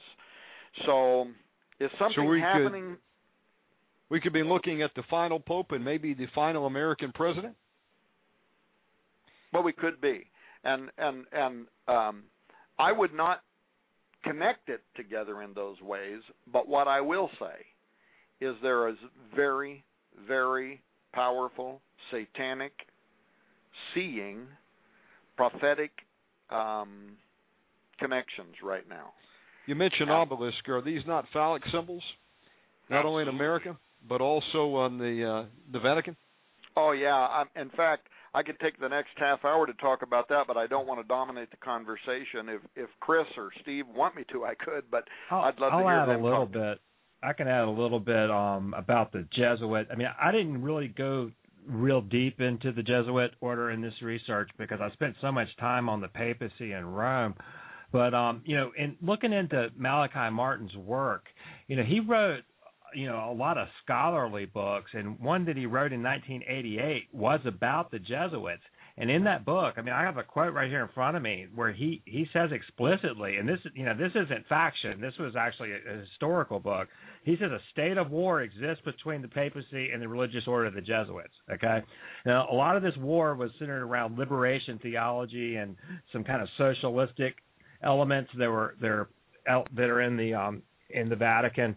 And the Jesuits, though, according to Martin, there's a satanic group of Jesuits. And I think that's what the caller was going to. And, he called that group the Roman Phalanx. And I think that it's safe to say that they have, assumed control. That group, that third, is probably running things. And that might be a lot of what we see that Tom's talking about in the press right now, where we see all this drama. Some of that's playing out.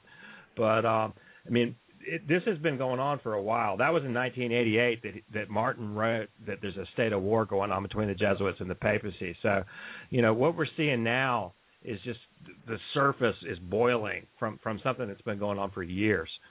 Well, and I would add, Chris, what I would add to that, and I would add this for the sake of listeners who may be Catholic, the fact that there was a Masonic plot spelled out in the Alta Vendetta very much is related to what went on in 58, 63, the Jesuits, the conclaves, because don't forget that it was under those secret meetings, under those conclaves, when the popes were so-called elected, put into position, that would implement the Second Vatican Council and its vendetta-like heretical decrees.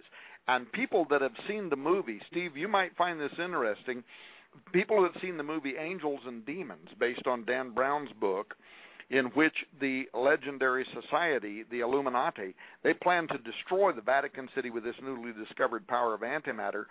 Most readers of our book will not know that Dan Brown relied heavily on the actual secret history around the 1958-1963 conclaves in which Cardinal Siri was elected, but he stepped aside under threat from what some called Illuminati sources, that if he did not step aside, this is the actual history, a monstrous persecution of the Catholic faithful would be generated across Eastern Europe, schism would be manufactured by the French hierarchy, but furthermore, the setting off of a hydrogen bomb to destroy the Vatican and its officials would take place, and that's why Siri stepped aside. That's the actual history.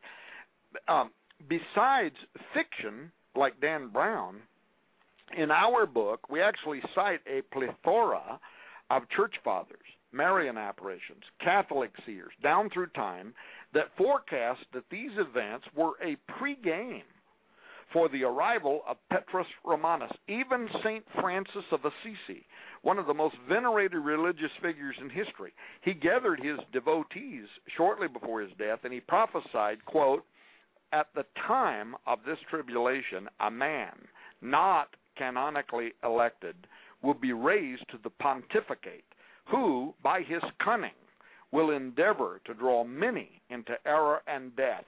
Some preachers will keep silent about the truth, and others will trample it underfoot and deny it. For in those days Jesus Christ will send them not a true pastor, but a destroyer," end quote. And so the Vatican this year enters the golden anniversary of Vatican II, and it is a perfect time.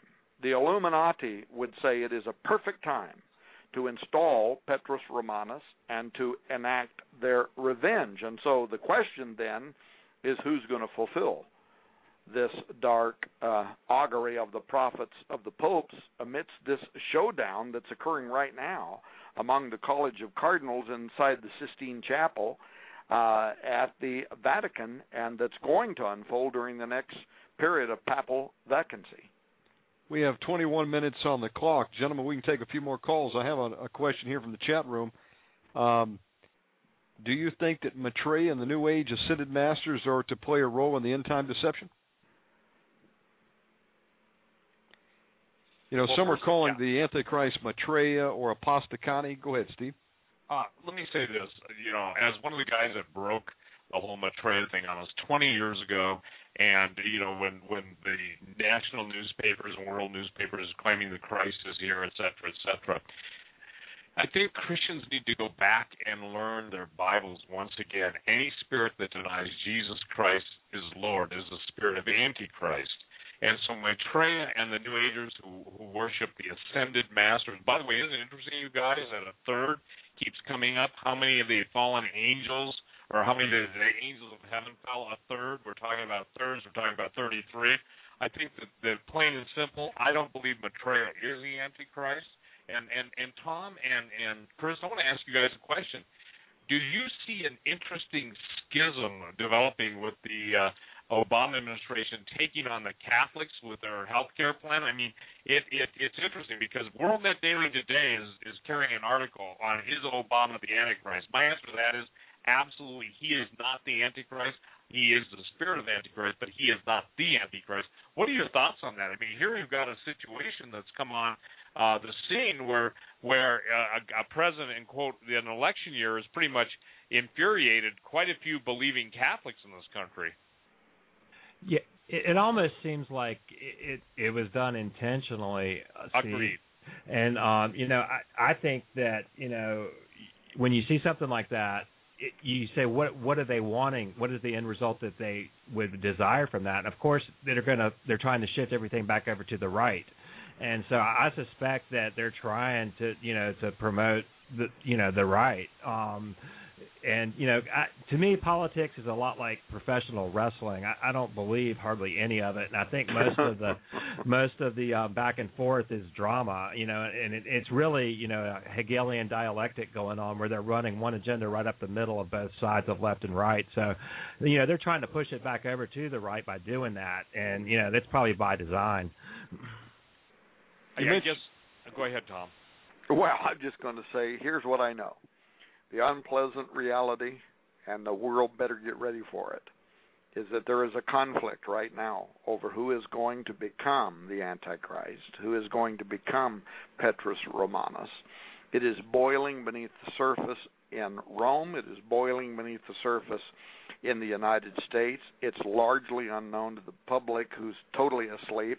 And worse than the public who's totally asleep is the organized church that's completely asleep, but nevertheless foresaw by all kinds of seers, Catholic mystics. Father Herman Bernard Kramer, we didn't even talk about him tonight, in his work, The Book of Destiny, in which he provides this for the Catholic Church, that there's going to be, well, let me say it's a frightening prophecy, but it's also a strange and inaccurate interpretation, in my opinion, of the 12th chapter of the book of Revelation concerning the great wonder mentioned in verse 1. But here's what Father Kramer prophesies concerning Petrus Romanus. Quote, "The sign in heaven is that of a woman." Here's his interpretation of the book of Revelation. "The sign in heaven is that of a woman with child, crying out in her travail and anguish of delivery. In that travail, she gives birth to some definite person who is to rule the church with a rod of iron." Verse 5. It then points to a conflict waged within the church to elect one who was to rule all nations in the manner clearly stated. In accord with the text, this is unmistakably a papal election, he says, for only Christ and his vicar can have the divine right to rule all nations. But at this time, the great powers may take a menacing attitude to hinder the election of the logical and expected candidate by threats of a general apostasy, assassination, or imprisonment of this candidate if elected, end quote. So, of course, Chris and I disagree with Father Kramer's interpretation of the book of Revelation, but the idea here is that a very specific person was born, and that person is now of the appropriate age to fulfill the incarnation of St. Malachi's prophecy of the popes to produce the man of sin. Furthermore, in our book, Petrus Romanus, the final pope is here, they're going to find out that rituals were enacted in order to assure in the occultic fashion that the spirit of Antichrist, that the spirit of the false prophet was installed. And Steve, it may have included human sacrifice. I hope it didn't, and this is partly why we were doing our investigation, even with Dane County and the murder of Father Coons, because we were trying to get to the bottom of some of these issues. But it very well could have included an actual human sacrifice in the installation of Lucifer over Rome that Malachi Martin had wrote about. But the bottom line is, Kramer's fear that great powers could take a menacing attitude to hinder the election of the logical and expected candidate. This is something that is reverberating right now through Rome and among the sentiment of the priests, among the conclave that will elect the next pope. And so we're out of time, so I can't name any of the players in this game, but that really is at the heart of it. There's something going on right now. By the time, by the way, our book is in print, we could have Petrus Romanus taking the role, the throne of St. Peter at the Vatican. Gentlemen, we may have a mystery guest coming on board. Stand by. We've got about 15 minutes left on the clock here. I also want to leave some time for you gentlemen to give out your contact information. Give one more. Hello. We've got the Hawk on with us. Hawk, welcome to the round table. Hey, you guys are surprising me here. What are you doing calling me up, huh? I figured you had a question you want to ask for tonight. Well, I went to try to get the fourth hour. I couldn't get it, so anyway, folks, my question. We've got the Hawk on tonight. Hey, Hawk. Bruce, let him ask his question. Yes. The question I've got would be pertaining to, directly to the timing. I think people are getting this very quickly, Tom and Mr. Putton and Steve, of course. I think particularly a lot of people who have heard Steve over the years can go to the, to the tie-in real quickly. But now the timing of the conclave, is this in April, or is this something that would be sped up if, in fact, there was an attack, say, on Iran? Well, it very well could be. Chris Putnam was able to interpret the French Codex by René Thibault, who we and I assure you, we didn't even scratch the surface on what this amazing scholar and codebreaker did. But and I'll let Chris address this, but as I understand it, he specifically dated April 2012. Keep in mind, he did this 60 years. He did this. Most people who are listening to this broadcast weren't even born. Like 1951, I believe you said. Long before the whole hoopla about 2012 in the Mayan calendar. He speculated that in April of 2012, as I understand it, Petrus Romanus would appear. April 2012 is Cardinal Ratzinger's birthday, and he's been hinting. In fact, there's been news reports about this. Yeah. He's been hinting that he might step down at that time. Is that right, Chris? Yeah, and it's linked at my website right now. If any of the listeners, I put this is right out of the book. There's a chart, and what I did is I wanted to verify Thibault's work, and so I took the days that each pope was in office, and I calculated that, and I got it down to 1/365th accuracy by counting days, and I his main thing was 11-year averages. Now, and he did this in 51, so then you extrapolate between there and now, and we got a perfect 11 if Benedict leaves in April. And when I was calculating this and trying to verify it, then this article, Tom sent me an article in the email from the Vatican Insider that says the Pope's is going to resign in April, and it just blew me away. So, I mean, I don't know if this is true. This is what this guy wrote in 1951 that he got from the Prophecy of the Popes. And it's not just this average 11-year pontificate that he did it from. He calculated it from several different other angles. And I think I've got 3 more calculations in the book where it actually shows April. He uses all kinds of encrypted codes. He pulls Roman numerals out of the Latin text and adds them all together and just all kinds of incredible things. And I tried to really painstakingly break it down so the reader can understand it in the book, because it is complex.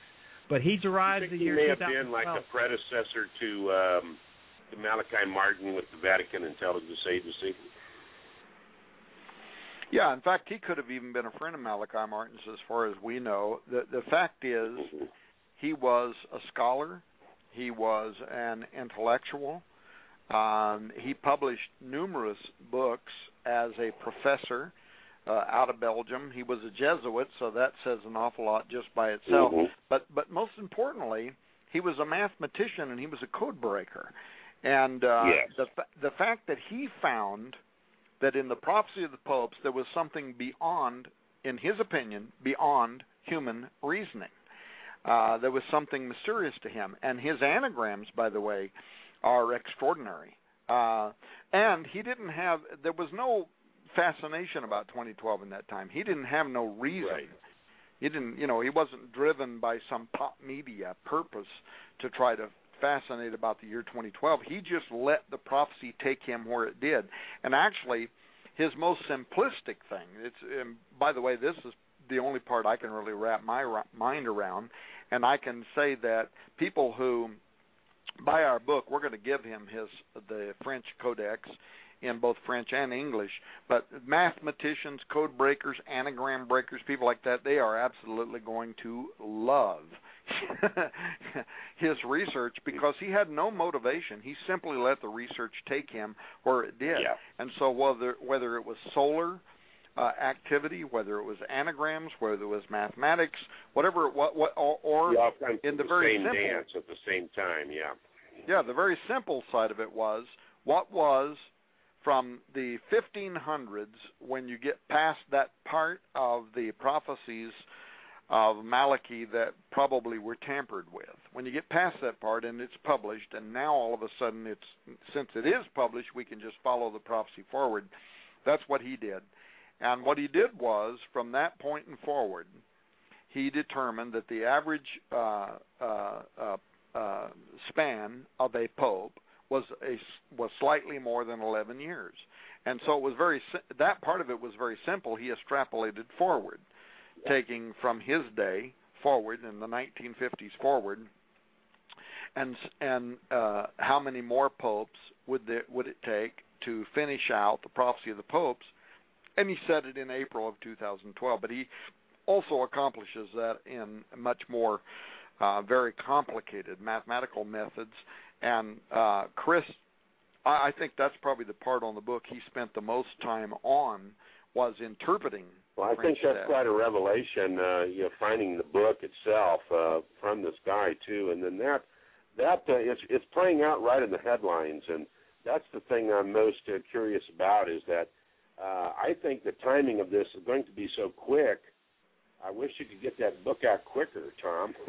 Well, I wish we could too, but you know what? I think it might pop out when the thing is happening. Hawk. By the way, ladies and gentlemen, Hawk, great to talk with you. And folks, this is a historic time to have Steve Quayle, Hawk, Tom Horn, Chris Putnam, Bruce, to have all of us on the air at the same time. This is a historic moment. But feels like the Avengers movie. Hawk, if you email me, we are expecting this week to have the first typeset. It won't be proofed, but the first typeset of the book. And if you email me, I'll be happy to send that to you. Steve, I'll send it to you. All right. Thank you. And that'd be great. So we'll make sure you guys have that. And the minute that we have proofed it, we plan to get it to the printer And right now, the turnaround time is between 4 to 6 weeks, and that's just I absolutely the understand soonest that we can do it. Time at the printer, yeah. Well, because I'll tell you, I've been for several years. I've been saying, right on the money, that your Apollyon Rising 2012, along with David Flynn's book, Temple and Time, that they have given us the time, and I've been for a couple of years now saying that, and I've been looking for the Antichrist to come along, and he's got to be right here on the scene right now, getting ready to become the peacemaker. Because what I see, we're going to go to war in the Middle East probably in the next 2 months. And Hawk, what we did with this book, I'm telling you, I don't know if you heard the first part of the program, but myself and Chris both, there were times where we stopped. And we almost did not write this book because there is material in this book that is going to stop some people in their tracks. It's very frightening. The fact is this. We conclude that we are, I don't want to be a date setter, by the way, so I'll be very careful about this. But you can know the season, so be a season setter. Yeah, a season setter. There is very strong evidence that as a point in fact, we are facing this year the appearance of the false prophet of Bible prophecy and the coming of the Antichrist. And the book Apollyon Rising 2012, which continues, by the way, to be my all-time best-selling book. As a matter of fact, it was like a 10 or 12-page feature on it in Esquire magazine, of all things, just this last month. It just continues to resonate, but it is only a primer, Hawk. It's only a primer for what's in the book Petrus Romanus. I'll tell you, what I am is I'm a quick study, and then I go for the gold real quick because I think our timing is just we're running out of it, and so I'm going to enjoy looking to see what you've got on this thing. But I've been looking. I'll tell you something. Also, as you well know, this Bertoni is nobody to play with, okay? And assassini are assassini, if you understand what I'm saying. Yeah. So you ought to get a few of them old squirrel hunters down your way to stand guard out on your perimeter, you know what We've I'm saying? been doing it, Hawk. Thank you. Yes. Anyway, I'll let you guys go, but I just wanted to ask you what you thought about the time frame when we're actually looking here. We're real close to the nuclear war. That would be perfect timing to see this false prophet come up and then have the AC, the peacemaker, come out of the box, you know, whoever it ends up being, you know. Hey, Tom, I want to put, we're just down to the last couple minutes. I want to share something. You and I did a story on, forgive me, we did a multi-hour presentation a couple years ago, and, you know, talk about being pretty close to season. The day you thought that the giants would be seen was a day that in Uffington, England, the police saw those two giants where the great chalk figure is. I don't know if anybody ever told you that, and I don't know if I told you that, but to the day when you were on my show, and it was going to be in the future, you stated that. So I think what Hawk's trying to say, too, is that with everything that's ramping up, the situation could turn volatile. We're talking, you know, where it used to take months or weeks, months, and even years sometimes. Now we're dealing with pretty much hours, days, and weeks. It's no longer, we don't have, and I think you guys, that's what everybody's losing track of in the body of Christ. It's the fact that God himself is shortening the day. And in order to shorten the day, you know, shortening the time, or there'd be no flesh left alive, all of our efforts are to do one thing, to get people to acknowledge that the God of heaven who created us all loves us. He wants to allow the fullest manifestation of the redemption of the Lord Jesus Christ, and that what we're trying to do is we're basically we're contending for men's souls. And I just want to share something. My last statement for tonight is we're right where Jesus had to even tell the people when they wanted him to tell them what was going on, including the disciples. He said, if I have told you earthly things and you believe me not, how can I tell you heavenly things? And the bottom line is the church, or that which goes by the name of the church, right now is so beyond its sub-kindergarten in its understanding of the literal, physical events taking place, that when you go into the spiritual events and some of the spirits behind this stuff, listen, it doesn't take a rocket scientist to know that if it's fallen angels, and someday we'll do a show, and Henry Gruver was literally translated under Rome to bind two giant principalities, and literally chains came down from heaven and encircled them, and that's on someplace on YouTube on one of my interviews. But the point is that we're right there, you guys, and so I just want to thank you both for coming on tonight. And for the record, this was the equivalent of 8 hours of normal broadcast time with all of the that would normally the timeouts and stuff, the station identification. So, Tom Horn, thank you very much. Chris Putnam, by the way, nice meeting you, Chris, and I think you and I will be emailing quite a bit. Okay, great to meet you. Starting with Tom. Tom, give out your contact information, please. RaidersNewsUpdate.com. If people want to know more about the book, they can go to prophecyofthepopes.com. By the way, Rene Thibault ends with the quip in his book, the year 2012 will show whether or not the prophet saw clearly. Indeed it will. Thank you, Tom, for coming on tonight. You're welcome here anytime. Chris, you're next. Contact, please.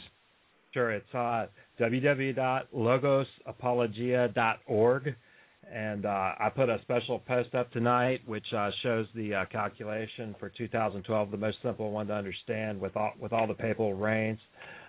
So you can go there and verify that, and check out the rest of my website. Thank you. Steve and Hawk, you need no introduction, but having you on, it's like the Avengers movie.